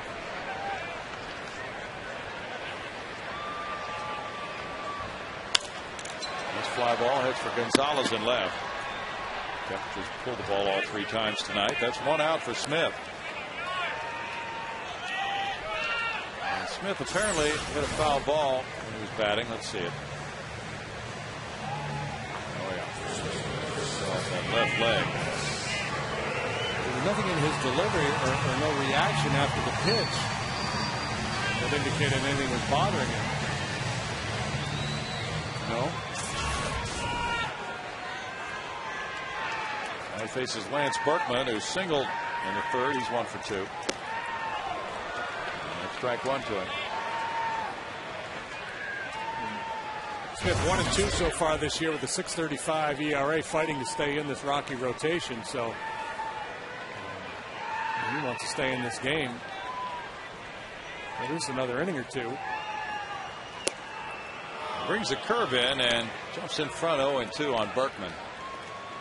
This rotation was something last year. The only team in the majors in 09 with 5 starters in double-digit wins. Jason Marquis had 15. He's moved on to Washington. Bounced and Mora behind 3rd. Will throw to Helton, who stretches and digs it out for the 2nd out. I didn't think there would ever come a day when you thought of the Rockies, you thought of pitching first and not offense. Played by Mora. Normally we talk about an infielder getting himself in trouble by backing up. At that time, Mora backing up to find the convenient hop, trusting his good strong arm, and he got it done. 2 outs now for Carlos Lee. He's grounded to short and popped to short.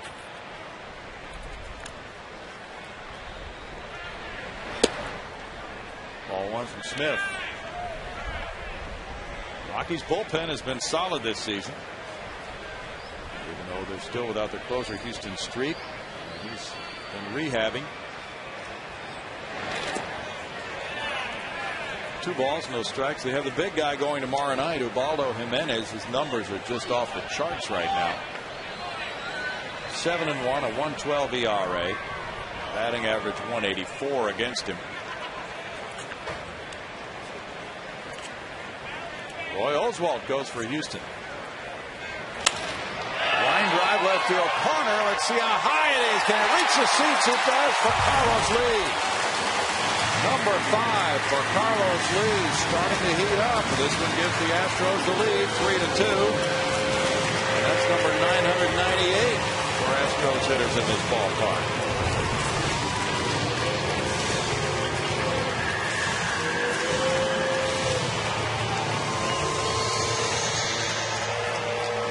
Carlos had one Sunday in San Francisco, one last night in L.A., and now again here tonight. Line drive, home run. It's good to be back home. And the friendly Landry's Crawford box is the home to that line drive homer. Hunter Pence. Ball one. He got the infield hit in the third to load the bases. It's 1 for 2. Astros grab the lead for the second time. They led 2-1.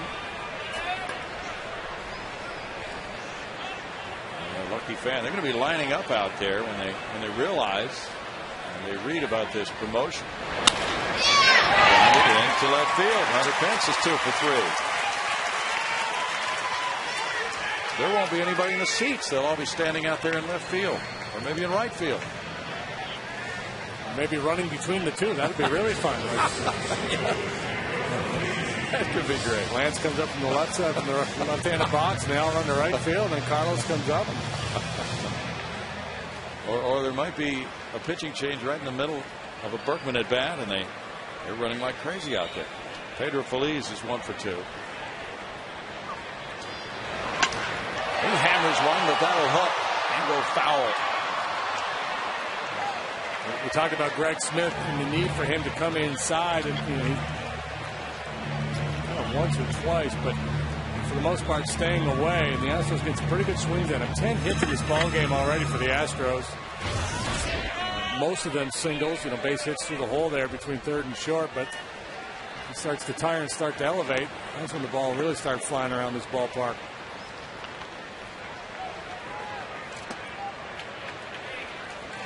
It's 1-1. Now we have bullpen action. Ismael Rogers warming up for the Rockies. Smith has thrown 81 pitches. 54 have been strikes. Jim Tracy has the luxury of knowing that Ubaldo Jimenez is the starter tomorrow. So he can go to that bullpen early and often here tonight if he wants.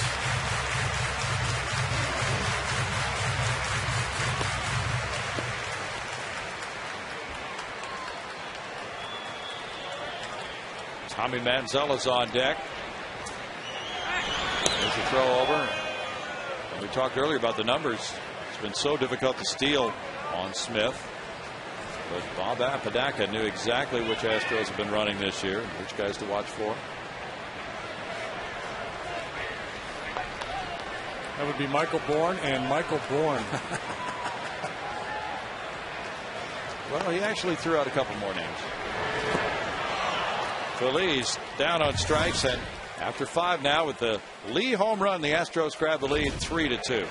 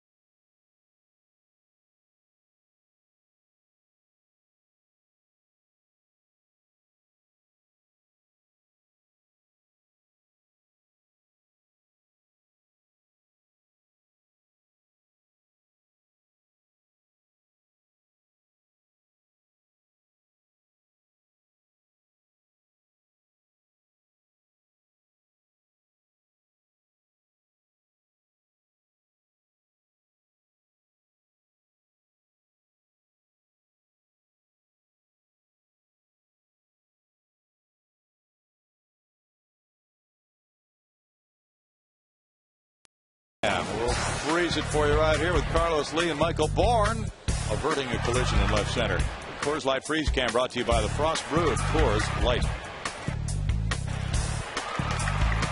And Carlos with the home run, providing the Astros with a 1-run lead, 3-2. With Brad Hopp fouling strike one as the 6th inning begins for Felipe Paulino. Paulino's best numbers came here against San Diego May 8th. A 2-1 loss for him. He gave up 1 earned run in 7 innings with no walks and 11 strikeouts. But he's not reached the win column. It's 1-1. Now this may be his chance tonight. The Astros have out hit the Rockies 10-2.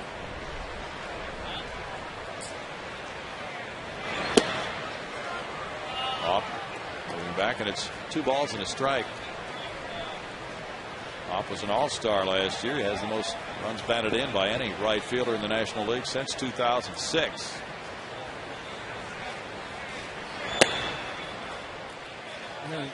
Good solid player. When you think about the elite players in the game, you don't necessarily think of Brad Hopp, but he's a good ball player.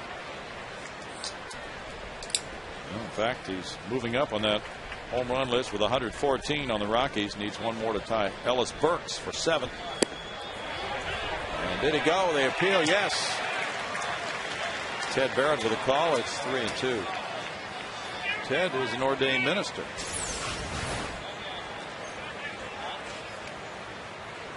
Really? It looked like he went there, but I Ted getting your attention. Yeah. From the pulpit. Pretty serious fella. Still 3 balls, 2 strikes. Paulino has thrown 83 pitches. 48 have been strikes. He threw 124 pitches here against Arizona on May 3rd. Fouled away. So if you're sitting in Brad Mills' seat right now, your club is up 3-2. You've got Paulino, who's 0-6. How important is it for you to leave him in a position to be the winning pitcher? It's secondary. Okay. Just given the fact that the club has lost 5 in a row and they're having such a hard time winning games. I mean, you want to get this kid going. But you can never allow an individual's achievement or performance to outweigh the team. It's his 3rd strikeout. I have to agree with you on that. It's, and the one thing as a pitcher, sometimes the manager, when you're in a losing streak, the manager will try to protect you from losing a game. Mm-hmm. Like in a 1-run game like this, somebody gets on base, they'll get you out because, well, the worst that can happen now is a no decision. But as a pitcher, my thinking was always, well, don't protect me from losing. Give me a chance to win. I mean, if you don't feel like I can get outs anymore, get me out of there. But don't protect me from getting a loss. I'd rather have the opportunity to try to win the game, even if we're tied or down a run. I still think I'm capable of getting people out. My stuff is still good, and I'm throwing strikes. 1-1 to Tulowitzki. He had the RBI in the 1st on a single. He struck out looking in the 4th. If you're Paulino right now, there's not a big difference between 0-6 and 0-7.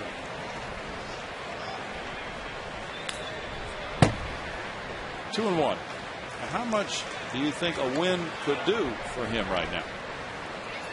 Well, probably take a little bit of pressure off of him. As a younger player who hasn't won yet, you start to wonder, well, how long will they let me go before they jerk me out of the rotation if I don't start to produce? Paulino. 2 outs. So, as much as you like to win, I guess the important thing is just pitch well. Even if you don't win, just pitch well and kind of solidify your position in the rotation. But a win would certainly allow him to relax and have a little fun and change the attitude a little bit. Every time he's gone out there, the club has lost, and he's got 6 losses himself. After a while, it starts to wear on you mentally. Todd Helton bounced into a double play, and he walked. Helton started, but he checked his swing. Ball 1. Helton is in his 14th year with the Rockies. That's tied for the 6th longest tenure of any active player with one team. Chipper Jones, Greg Jeter, Posada, Rivera, and more. And Tim Wakefield with Boston.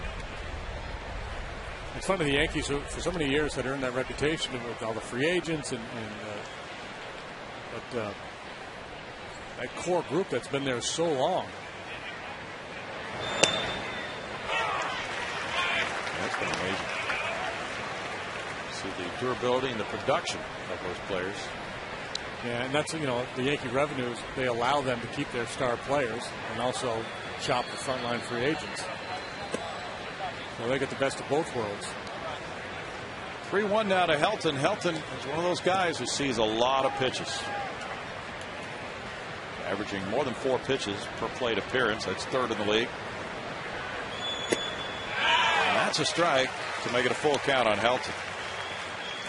Good quality pitch. Todd's a .360 career hitter against Houston.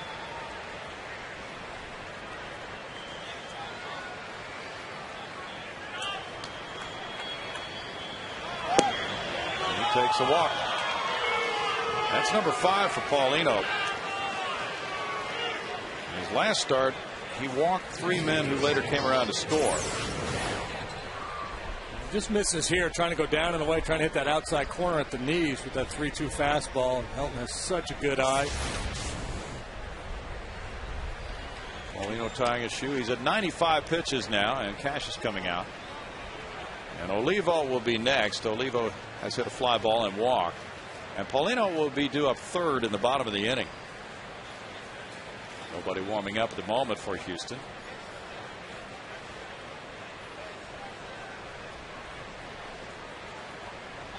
Tampa Bay is leading the Yankees 6-2 in the bottom of the 7th. A-Rod hit his 6th for New York. It's out of play. Strike 1 to Olivo. Chris Iannetto was the catcher earlier this season, but he's in the minor leagues now.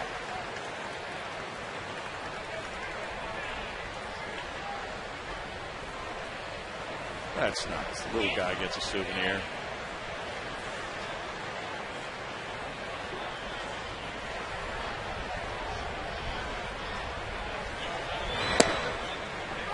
A strike makes it 0-2.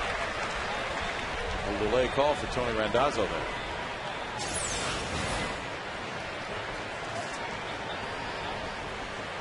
No beef from Olivo. Man, pretty generous call. It was surprising that he didn't beef. And now 1 ball, 2 strikes. It looked like it was right down the middle. Yeah.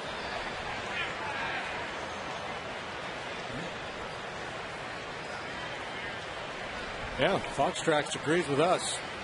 Slider was down and away. Fastball was over the plate, top of the zone. Good. We'll just call it from that then. 2 balls, 2 strikes. But, yeah, you can't really take the human element out of this sport with officiating. It's nice. We have our gimmicks. We have our toys. But the men in blue do an outstanding job.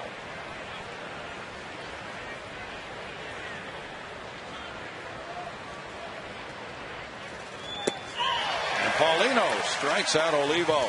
That's number 4 for him. It ends the top of the 6th inning with a score 3-2 Astros.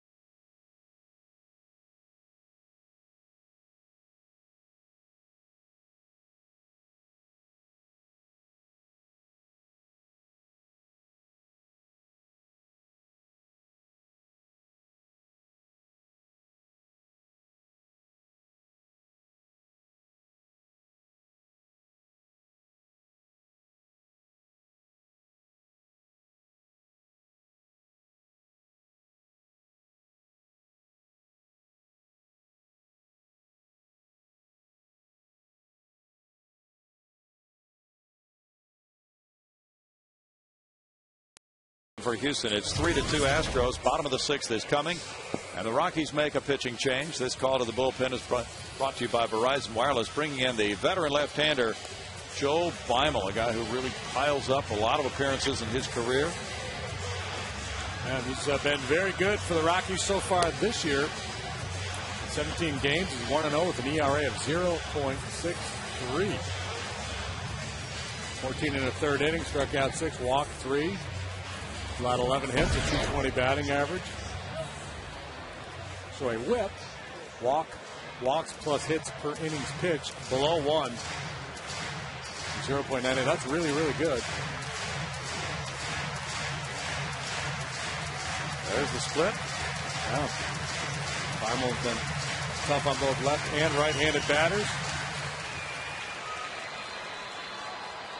And faces Tommy Manzella. Manzella has singled to left and line to right.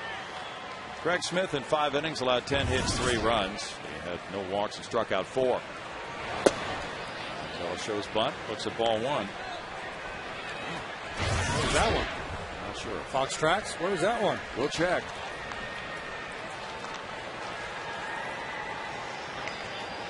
Yeah, that's a. Okay, so you're right on this Fox Tracks. You and Fox Tracks are thinking on the same page. Line drive hit, and Manzella's had 3 good at-bats tonight. 2 singles and a line out as we join Patty Smith. Well, guys, All You Can Eat is back and now available for every home game. Get a mezzanine ticket and All You Can Eat ballpark favorites for only $25. This offer is also available as a convenient 6-game flex plan, and it's great for groups. So just buy your tickets at Astros.com tonight, Bill. Thanks, Patty. Kevin Cash took a look down at Dave Clark. Pitcher spot due up next, but we would anticipate a pinch hitter even though Paulino is out in that on-deck circle right now. Cash has struck out and grounded out to third.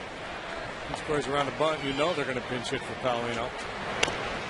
Puts it down, and Beimel goes to the second sack with Barmas. Sacrifice for Cash means the pinch hitter comes up, and it's going to be Jason Michaels.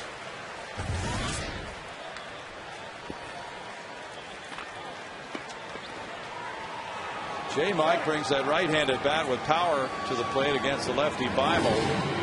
Rockies are not warming up another pitcher at this time. So Brad Mills knows he's going to have percentages his way. And Michaels, a 188 hitter with 2 homers, has 5 runs batted in. And Paulino leads with the lead. So very important now to play a little add-on.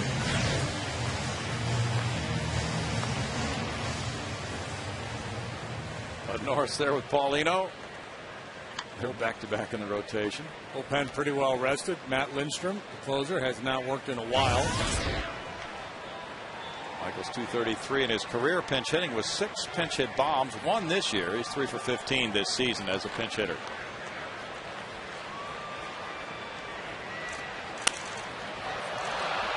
Mora over into foul territory, gets underneath it and handles out number 2. Michael Bourne comes up next. Beimel allowed a couple of inherited runners to score last night against the Cubs.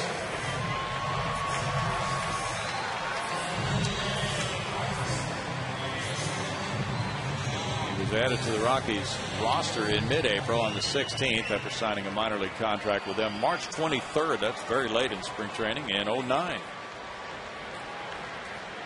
They brought him back in this year after a 1-6 record last year with Washington and Colorado, a 3.58 ERA. Strike to Bourne.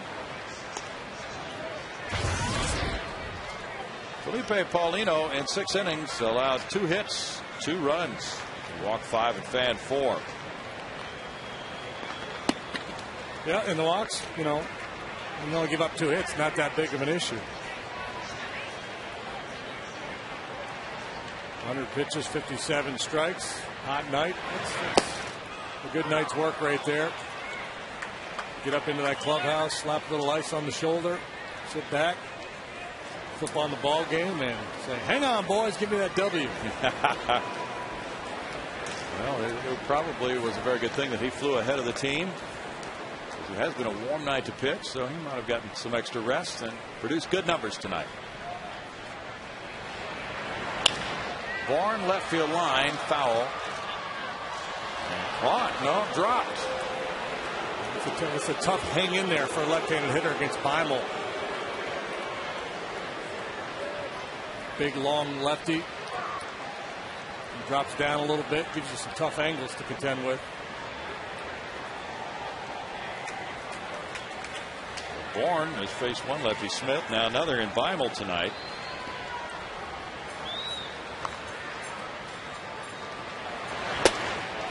Michael takes that one, and it's a 1-2 count. I'm doing the walk-off. Glad he had him. Beimel works from the third base side of the rubber and then steps across his body with a crossfire delivery. He's way on the end there, just maintaining a little bit of contact with the rubber.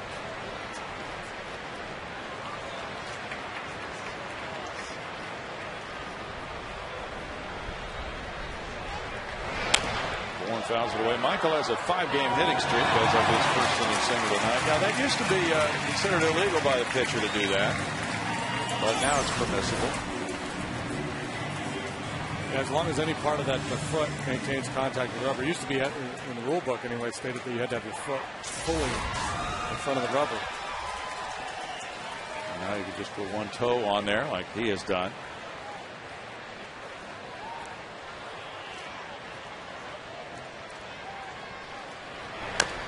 Bourne bounces one, and it's foul for Todd Helton.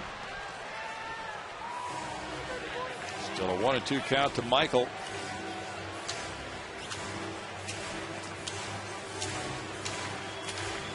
Beimel was drafted by the Pirates in '98 in the 18th round. He's from St. Mary's, Pennsylvania, went to Duquesne University. Up on the hill there in Pittsburgh.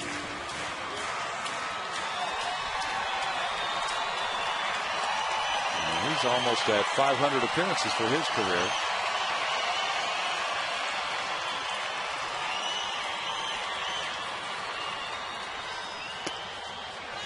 Bourne takes, and it's 2-2 to Michael. Clevenger on deck. We check back for the Astros record since this stadium opened with the roof open. They've won 2 more games than they've lost here. And the roof closed. Their record is much, much better than that. Bourne is jammed on that one. He gets it out to Helton. Helton to Beimel and out at first. No runs a hit. A man left after 6. It's 3-2 Astros.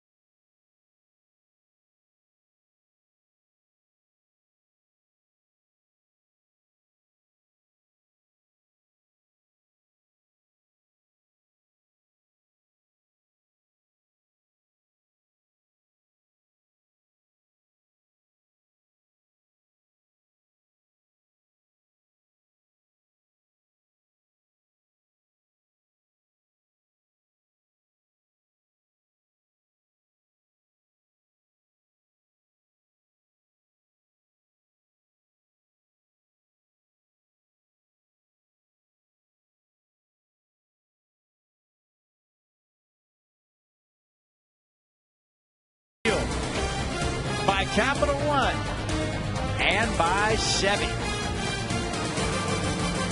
Welcome back to Minute Maid Park as we go to the 7th inning. Kevin Escher coming back with you. A reminder to be sure and stay tuned after the game for Astros Live. Dave Harbison and myself bringing you all the post-game coverages. We'll be checking in with Brad and Mills. Also head to the clubhouse. All that and plenty more coming up after the game on Astros Live. Let's send it back upstairs to Bill Brown and Jim Mache's, fellas. Thank you, Kevin. That little guy enjoying himself tonight.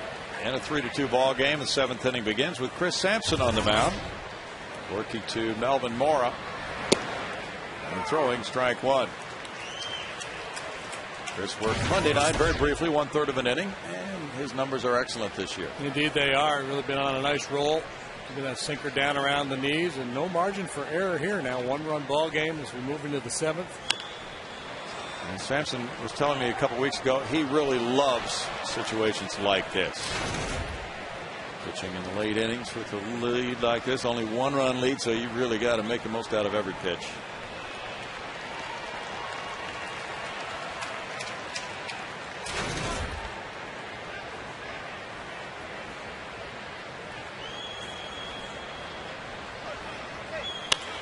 Bounce and Sampson knocks it down and throws to Berkman. 1 out. And if you're a sinker baller, you get a lot of ground balls. It's nice you can field your position. He's letting everybody know that that ball was off his glove. No need to come out and check on him. And the former shortstop makes that play. Clint Barma's coming up next. Barma's 0 for 2. That was tough news on Chris's longtime buddy J.R. Tolles with the thumb injury he has right now. Whack to left field, and this will tie it 3-3. Home run number 2 for Barmas, and the Rockies have created a 3-3 tie. Felipe Paulino will have to wait another 5 days at least for win number 1 in 2010. You know, you're talking about Chris enjoying these 1-run situations. One of the reasons he's been good at it in his career is because he doesn't give up many home runs. This time the slider, though, flattens out on him a little bit. Armas gets number 2.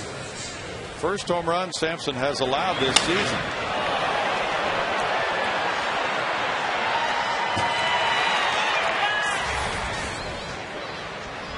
Now the pinch hitter for the pitcher Joe Beimel is Seth Smith. Lefty hitting outfielder who's been getting a lot of playing time recently. There's ball 1 to him. Beimel in 1 inning allowed 1 hit, no runs. He had no walks, no strikeouts.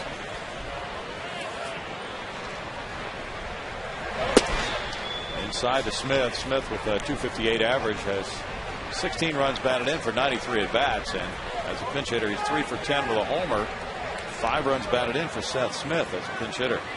15 home runs for the Rockies last year. He got that uppercut swing. So they had some dangerous left-handed bats on the bench tonight. Smith, Ian Stewart, Jason Giambi, all available from the left side for Jim Tracy. Smith was 2 for 9 in that Chicago series. He's ahead 3-1 in the count. Smith has had 5 multi-hit games in his last 10. 343 since the 7th of May. Sampson gets it in for strike 2. It's the second time this year that Paulino has left the game with a lead. He had a lead also in his first start. So he gets a second no decision.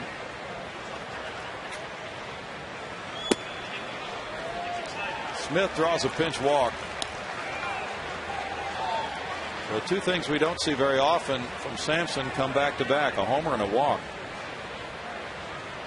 A lot of times one leads to the other. You give up the home run, your confidence shaking just a little bit. You get a little wary of the strike zone.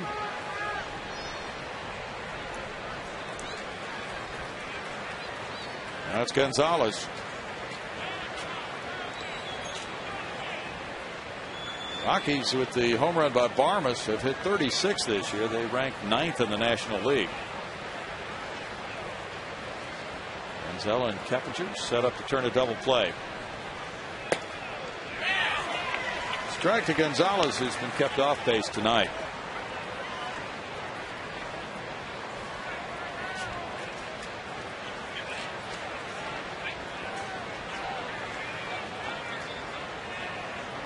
Gonzalez has bounced into 3 double plays.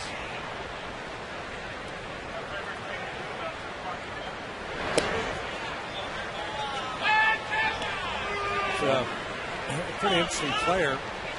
His first 7 hits were all extra base hits when he first came to the big leagues. The only other guy to do that was the great Johnny Mize. We talked about the Holiday deal. Right now he's outperforming Matt Holiday. The numbers will lie at the end of the year, but I would not be surprised to see this kid put up better numbers than Holiday. 1-2. He went crazy in the playoffs. He hit .588 with a homer in the division series last year for the Rockies. And after the All-Star break, Carlos hit .320 with 12 homers, 24 runs batted in, and 194 at bats with an OPS of almost 1,000. Went 10 for 17 against the Phillies in that division series. And he said that now he knows he can play here after that. Brad Mills' club trying to keep that double play in order in a tie ball game.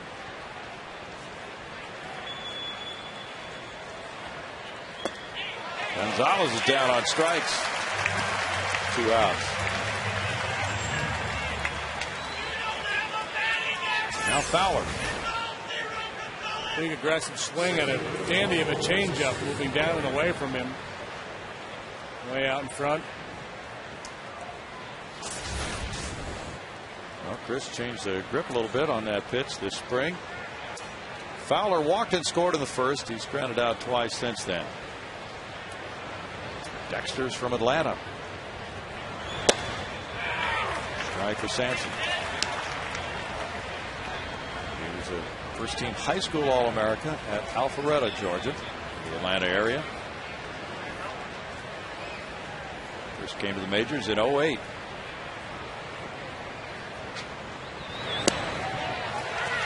No balls, 2 strikes to Fowler. He's a low draft choice. 14th round pick in '04.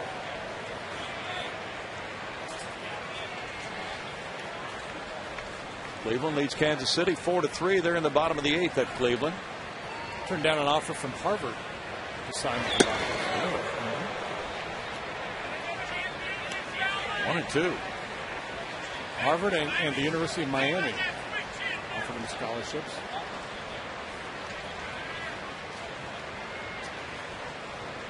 He's listed at 6'4", 185.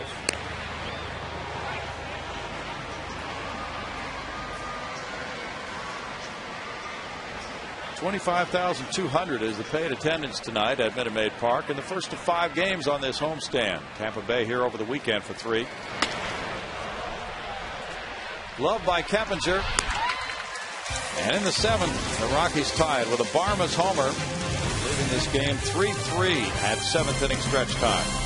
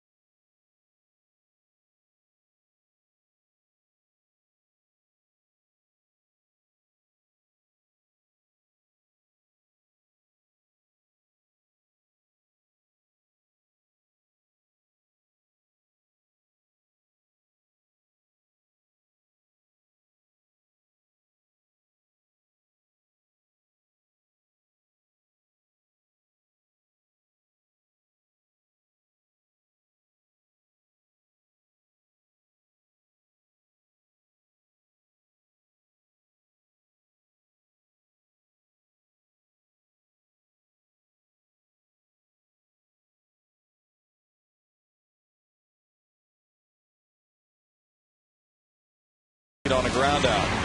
And then Brad Hoff coming home.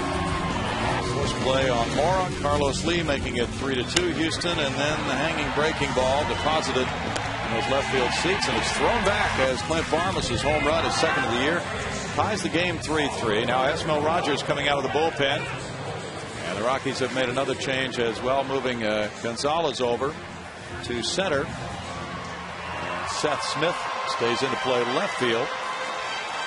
So Fowler leaves after going 0 for 3 with a walk, and in the double switch, the pitcher is batting in the number 2 spot. That pitcher is Esmil Rogers. Esmil Rogers has a high ERA, 6.14. Batting average at 293. He's walked 8 in 14 2/3 innings. But, despite those somewhat rugged numbers, Jim Tracy entrusting him here in this 3-3 game in the bottom half of the 7th inning. He falls behind Jeff Keppinger, who's 2 for 3 tonight on ball 1. Rockies with some injuries in that bullpen. Gonzalez in center waiting. One out for Rogers, the 23-year-old right-hander from the Dominican Republic. He made one start last year for the Rockies. Other than that, he was at AA Tulsa and AAA Colorado Springs.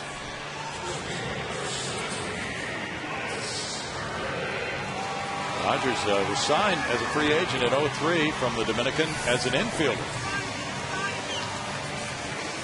Faces Lance Berkman, who's 1 for 3. The Rocky bullpen has a 3.25 ERA with 4 wins and 8 losses.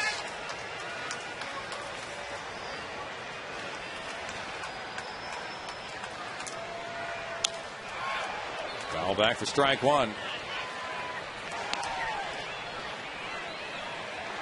Astros getting their first look at this young right-hander. Some giddy up on that heater, 96 miles an hour with that one. 6'1", $190.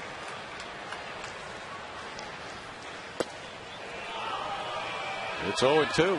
Change up for you.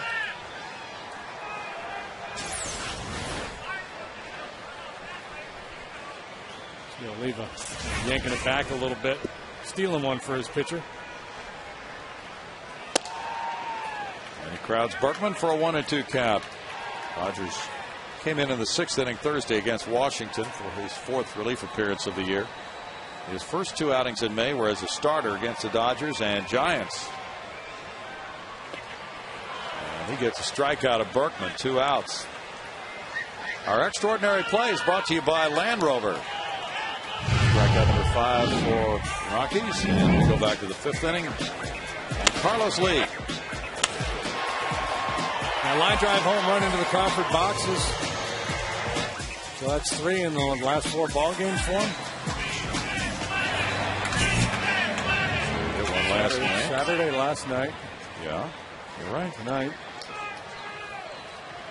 So he's coming around here the month of May, and 1 for 3 tonight. 3 out of the last 5.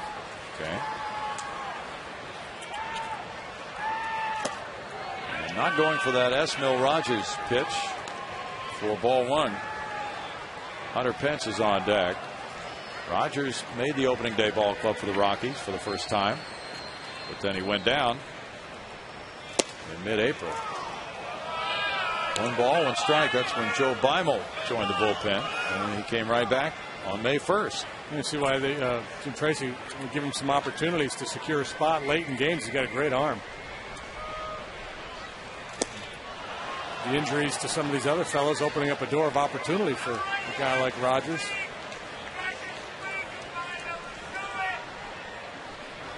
Rockies have 2 lefties in their bullpen, Randy Flores and Beimel.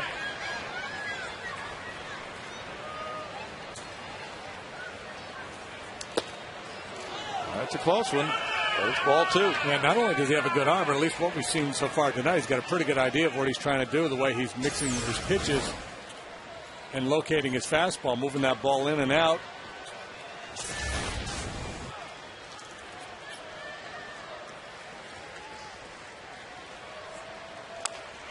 Carlos rolls it to third. Morrow with a low throw to Helton to make it a 1-2-3 7th for Esmil Rogers, and the game's tied 3-3, moving to the 8th.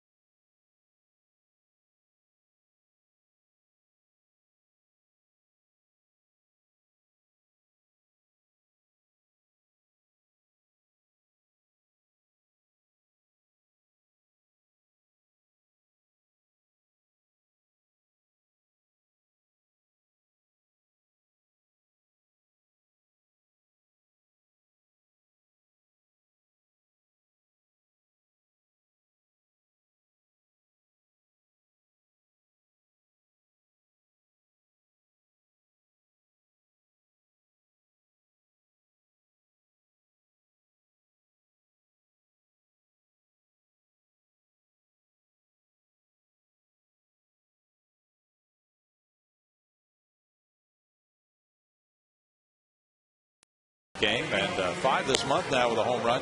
Chris Sampson allowed his first home run of the season in the 7th inning. That tied it as Clint Barmas went deep to create a 3-3 ball game.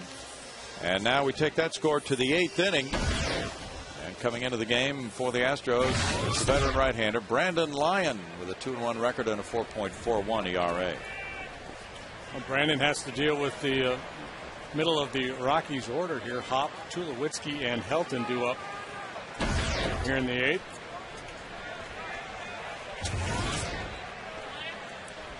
Hop takes, and that's upstairs, ball 1. I imagine there's a fair bit of history with these guys, but Brandon spending some time with the Arizona Diamondbacks in the same division as the Rockies, so know each other quite well. And that one crowds him, but he goes for it anyway. It's a 1-ball, 1-strike count. Lyon pitched it Monday night in Los Angeles, gave up 2 runs in 1 inning on a 2-run triple by Blake DeWitt. He threw 20 pitches in that game. Hop is 4 for 14 in his career against Brandon. Pretty good history. Yeah, that's a fair number of at-bats for a guy against a relief pitcher. And 3 strikeouts for Brandon.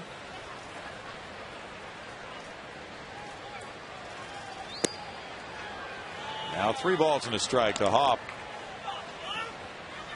Chris Sampson in 1 inning allowed 1 hit, 1 run, had 1 walk and 1 strikeout. Tampa Bay is ripping the Yankees 10-2 in the bottom of the 8th at Yankee Stadium.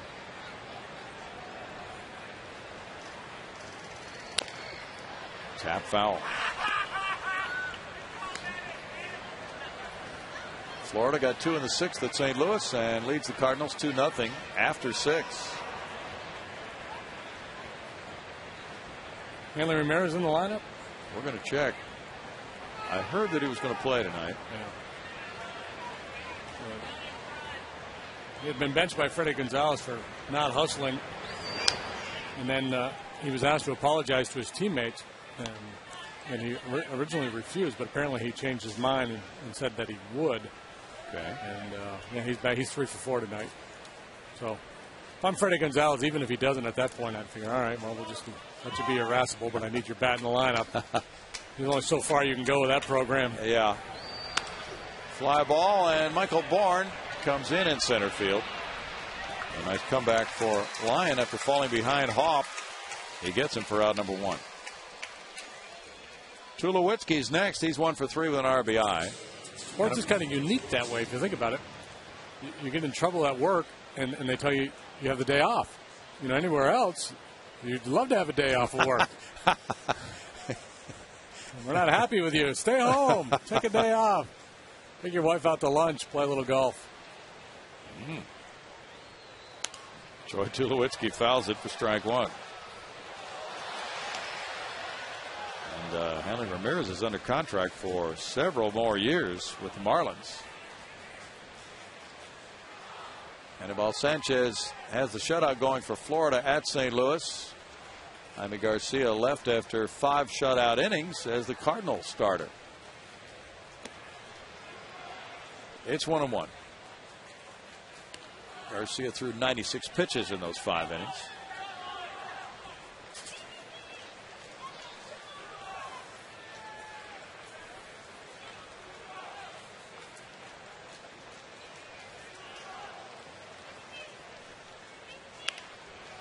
Off the fists out to Carlos Lee's territory.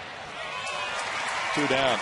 And Lyon, even though he gave up a couple of runs Monday night, had really been lowering his ERA for quite some time before that. He had 11 straight scoreless appearances with 2 wins and 4 holds, covering 10 innings prior to Monday night in Los Angeles. And he came in with the Astros trailing in that game 4-2. Todd Helton is grounded into a double play and walked twice. Yeah, 2 outs, nobody on here. I suspect Helton will be a little bit more aggressive in this at bat. You know, he's a guy who always is willing to take his walks if you pitch around him. But 2 outs, nobody on. A little bit different situation. He's going to be looking to drive the ball somewhere. You mentioned that Lyon had been with the Diamondbacks and had faced this club a lot. This is his 38th career appearance against the Rockies. And with very good numbers, Brandon 3-1, 6 saves, a 1.67 ERA against Colorado. 3 out of 14 against them. 2-1. Good 2-0 pitch there. Just cutting across the plate at the bottom of the knees. Beautiful night here in Houston.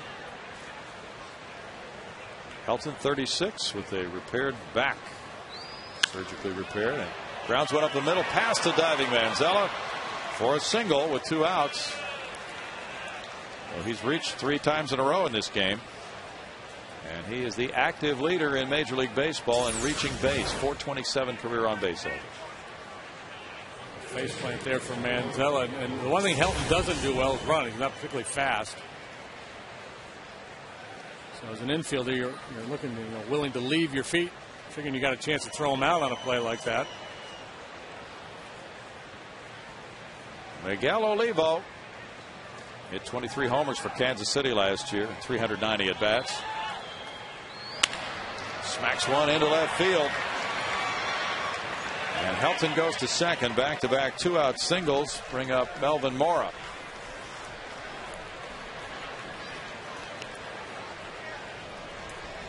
Five hits for the Rockies now. And Helton has been on base since 2000, 2,854 times.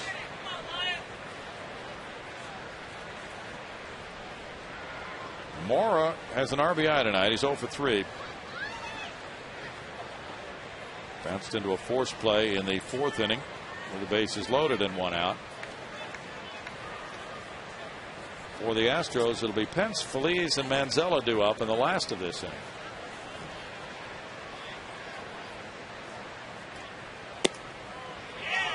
Strike for Lyon. Lyon worked just 2 nights ago. Matt Lindstrom has not been out there since last Thursday in St. Louis.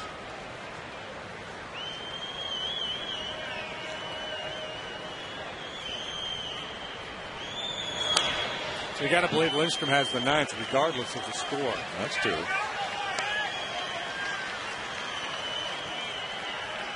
No balls, 2 strikes. Astros relievers have a 2.27 ERA in their last 13 games. Brandon Lyon from Salt Lake City, Utah. 30 years old. He pitched 65 times for Detroit last year.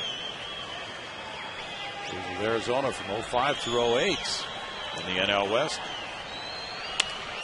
Grounded to third.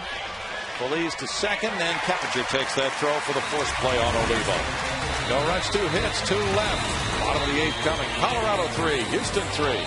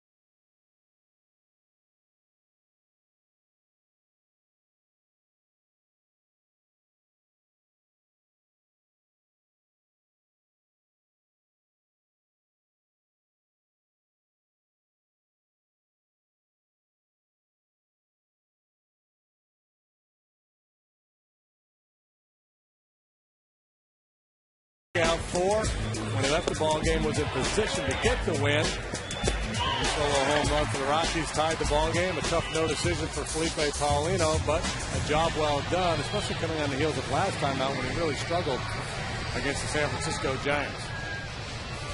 Yes, it was. Now in this 3-3 game, it's the bottom of the 8th inning. Pence, Feliz, Manzella due up against Esmil Rogers. Rogers had a 1-2-3 7th, getting Keppinger, Berkman, and Lee.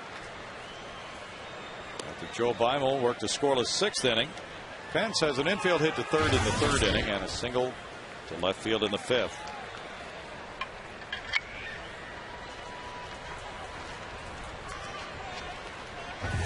Atlanta got a run in the bottom of the 9th inning and beat Cincinnati 5-4. Billy Wagner, the winner, he goes to 4-0, beating Nick Massett, who's 3-2. Strike one for Rogers.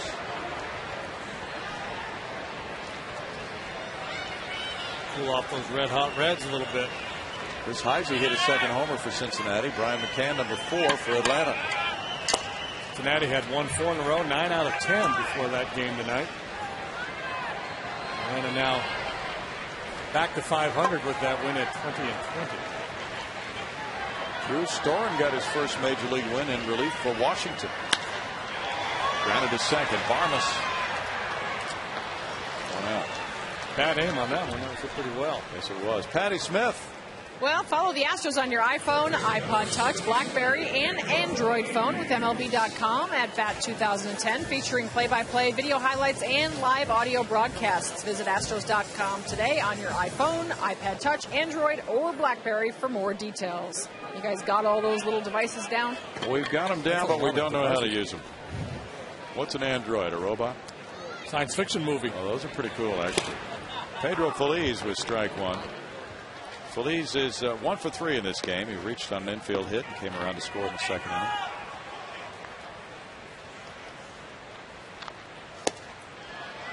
It's no balls, 2 strikes, and Rogers really has some late breaking pitches here in this game. Yeah, he's got good stuff. His stuff is much better than his numbers indicate, but he doesn't have that many appearances under his belt. He hasn't pitched in 6 days, so he's got a very fresh arm right now. 1-2. That Drew Storen win for Washington came in a 5-3 victory over the Mets. And Matt Capps got his 15th save. That was that Angel Pagan game you talked about with a triple play, and Pagan hit a homer. Fly ball to right center.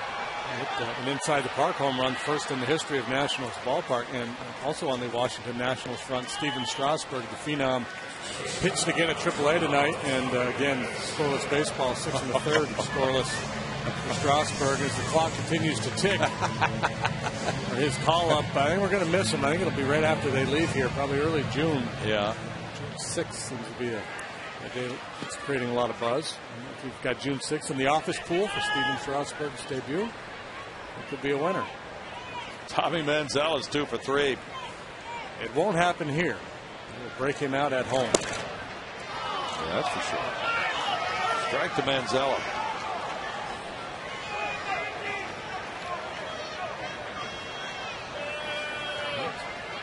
Perfect pitch right there. And then it sets up that one perfectly. You throw a fastball to the outside corner below the knees, and then you start the slider out there. Hitter doesn't recognize slider. Gets the bat started, and by the time he figures it out, it's too late. Kevin Cash is on deck here in the 8th with a tie ball game underway. Bounce to second. Varmus bobbles it and safe at first. Varmus came in and reached down, tried to backhand it. The ball got away from him, and Manzella is aboard with 2 outs. Cash is being called back. Jeff Blum will pinch hit. Yeah, I think Varmus got caught in between. I think initially he wanted to try to catch that ball on the forehand side, and then made the late adjustment to the backhand and clanked it. Coming awfully hard, didn't have to. The ball had a little pace on it, and Manzella's not a real speed demon. Tommy reaches on the error by Varmus, his 4th. Meanwhile, Bob Apodaca, the pitching coach, out to talk with Rogers. Jeff Blum will be the pinch hitter for Cash, who was 0 for 2 with a sack.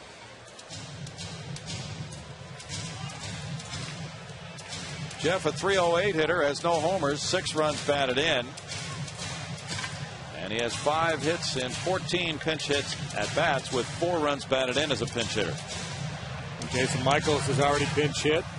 Corey Sullivan comes out on deck, presumably to hit for Brandon Lyon. And of course, you're going to have to bring Q into the game because you're hitting for cash here. So Brad Mills, he's in go for it mode. Blum got the start at shortstop Monday night in Los Angeles. First time he had started at that position since August of 08. 328 as a left-handed batter for Jeff. Ball 1. Well, go for it mode for a lot of reasons. To try to snap a 5-game losing streak. With the knowledge that the guy who's been the best pitcher in the National League is going for the Rockies tomorrow night, Ubaldo Jimenez. Yeah, and the Rays got outstanding pitching lined up too for the weekend series. So very important game here. You don't assume you can't beat top-notch pitchers, but you know it's going to be tough. Garza, Neiman, and Price for the Rays follow Jimenez. And Jeff Neiman has an ERA of 2.54. That's the highest ERA of the pitchers working for the Rays this weekend. Oh, boy. Long was 2 for 10 on the road trip. Starting with Jimenez tomorrow night. 15, 20, and 3. The 1-loss record of the next 4 pitchers that the Astros will face. Hang with him. Really? 3 balls, no strikes to Blum. So, I think you green light him right here. Yeah, I was just going to ask you that. He wants it. You guys don't like to hit 3-0. It looked like he was taking all the way. 3 balls and a strike.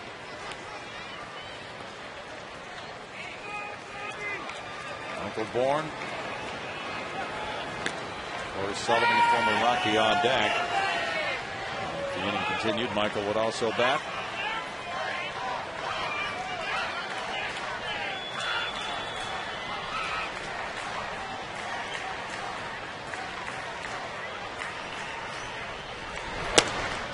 That's ball 4, and there are 2 men on now with Corey Sullivan coming up. The pinch hit for the pitcher, Brandon Lyon. Yeah, that's what the point I made when I said Brad Mills in go for it mode. It's you know, the other way to play it, since you've already pinch hit for your catcher, was to let Quintero have this at bat and save Sullivan. You know, if you get into an extra inning game and have another left-handed bat available on the bench, but Brad Mills doesn't want any part of that. He sees this opportunity to win this game right here. If he can score this run, got a fresh arm and Matt Lindstrom out there ready to close it out. Brandon Lyon leaves after 1 inning of work, allowing 2 hits, no runs, with no walks, no strikeouts. Quintero with the gear on. Cash watching as Sullivan is announced as the pinch hitter for Lyon. Corey, a 194 hitter, has no homers, 3 runs batted in. Pinch hitting, he's 4 for 23, and he's driven in 3. Astros pinch hitters had a good run on this last road trip. Corey was 3 for 6 with an RBI on the trip. And he's come through with pinch hits in 3 of his last 6 pinch hit at bats. Usually very aggressive. If he gets a first pitch fastball to his liking, he'll typically take a whack at it. Foul ball, strike 1.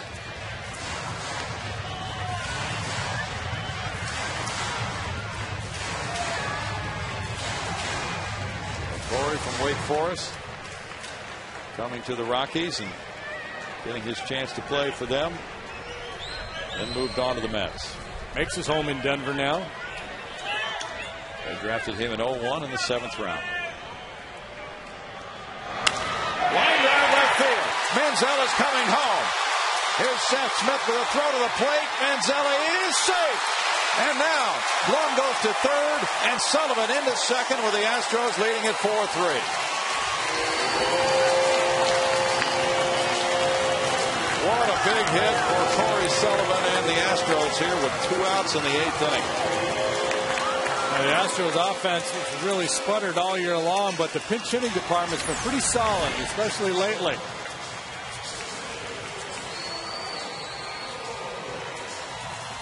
Moving with the swing with 2 outs allows Manzella to get a great jump off of second base. Smith gets a lot on the throw, but a very difficult hop to handle for Olivo, and I don't think it would have mattered anyway. Now, intentional walk to Bourne will load the bases for Keppinger. A good instruction by Bourne on where Manzella should slide. That's what the on-deck hitter is charged with doing. Now Michael will stroll to first. I think Manzella wanted that, going head first into home plate. That's a risky proposition. Guy standing there with all that gear on. You know it. Looked like that one-hop throw from Smith just caromed off the protector there of Olivo and got away. So there was an error on the play. And the error went to Smith, the left fielder, on the throw. And the error not allowing the run to score, but allowing the back runners to advance. Here's the head first slide. You see Michael Bourne throwing down and out. Get out away from the play. Come in the back door, and he does with that left hand. It's a great look at it.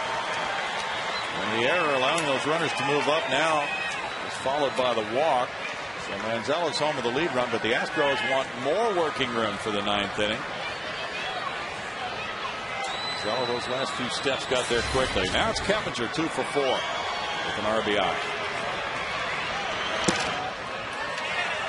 Ball one. Sticking in my mind, contrasting that effort by Manzella to score that run with the Plain Dodger Stadium that when Manny was sent by Larry Bowen.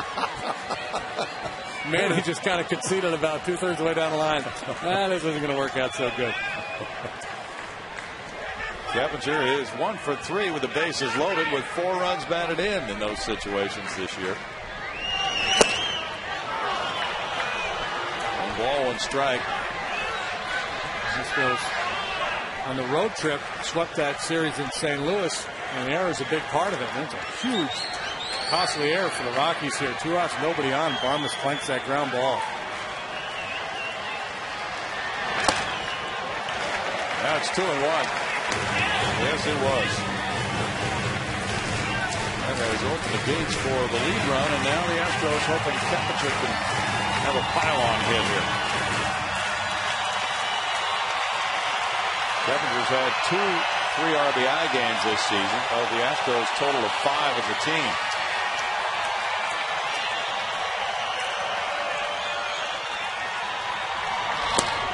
And he takes ball 3. It's 3-1. Free swing here for Keppinger.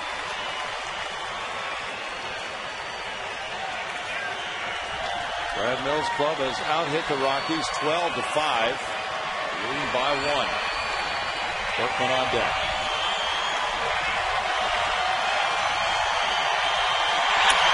Right to the left. That'll drive in Blum and Sullivan.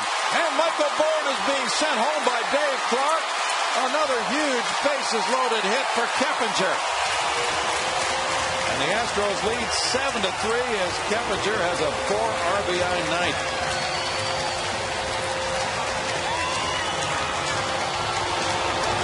Two doubles tonight. That gives him 11 for the season.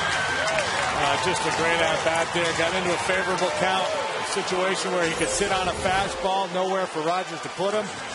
Got an inside hitter and yanked it into the left field corner. Dave Clark windmilling that left arm. Sending everybody home.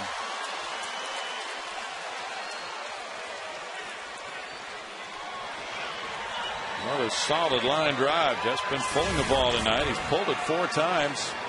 This time against the right-hander. And there's strike 1 to Berkman.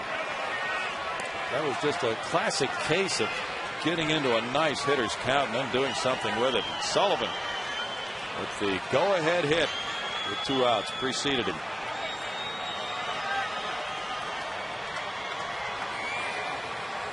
Sullivan's hit the 18th pinch hit for the Astros this season.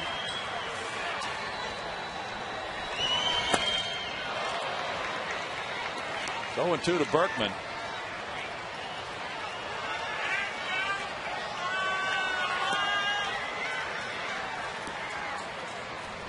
That's a career high for Keppinger for runs batted in a game. He had driven in 3 in a game 9 times.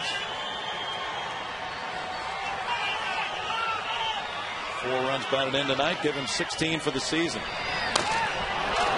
Berkman fouls it. He's the first Astro to drive in 4 in a game this season. Rogers had mowed down 5 in a row until that error by Barmas. So all the runs are unearned here, and the Astros 4 of them so far. This is what they did in St. Louis. They capitalized as the Cardinals didn't make plays. 9 of the Astros' 19 runs in that 3-game series were unearned. At the major league level, you start giving teams extra outs, and it is an absolute killer.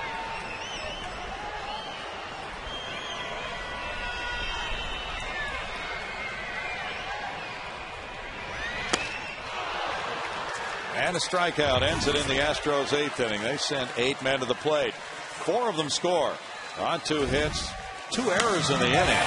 Corey Sullivan gave them the lead.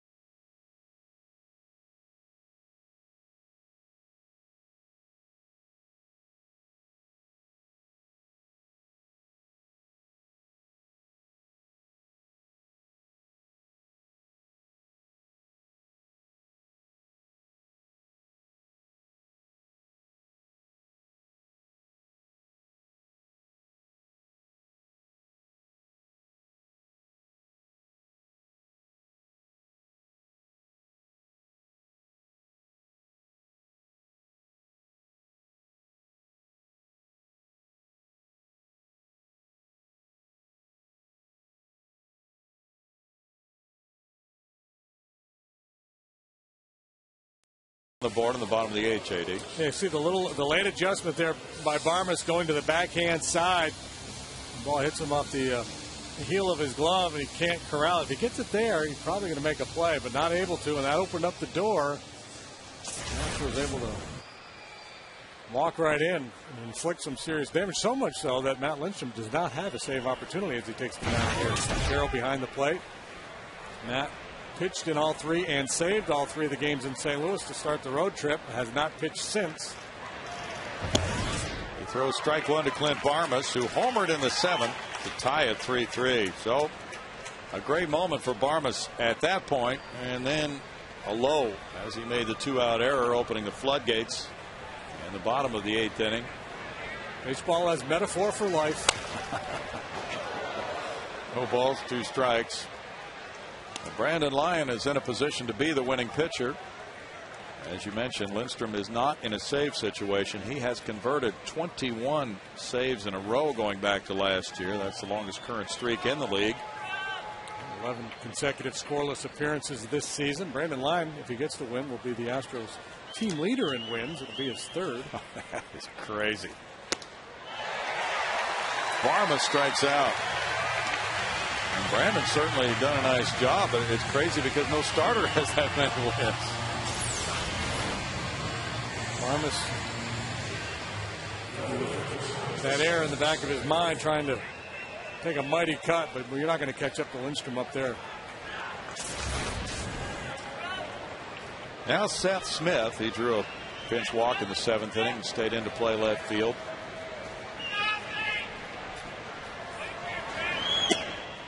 There's strike 1. Roy Oswalt, who goes tomorrow night, is 2-5 with a 2.62 ERA. Wandy Rodriguez is 2-5 with a 4.30. Bud Norris is 2-5.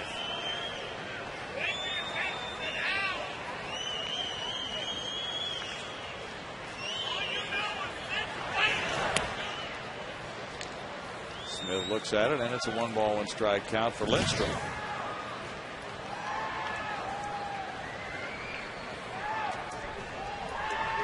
Paulino went 6. Sampson, Lyon, Lindstrom out of the bullpen tonight for the Astros as they try to snap this 5-game losing streak.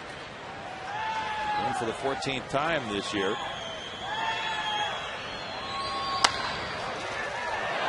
Sharply hit fair. Kicks out toward Hunter Pence. Smith into second base. Pence with the throw, and he's in with a double. He really rammed that one by Berkman, who was lunging for it. A hard hit line drive by Smith.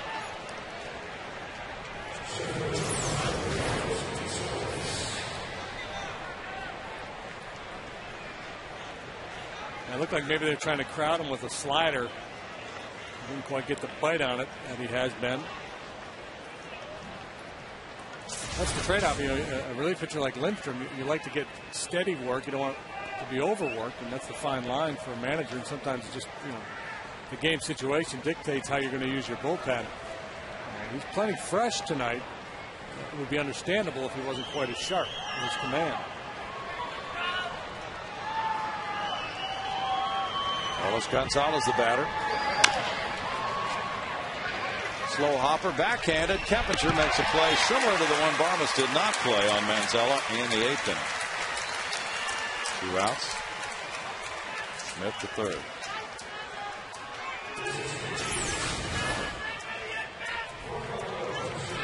So what you're saying is the Astros won the battle of the second baseman tonight. Sure. Now we get a pinch hitter, Jason Giambi. Long-time major league hitter with a lot of power. He is 0 for 8 with 6 punch outs as a pinch hitter. He's been playing some first base with Todd Helton resting from time to time.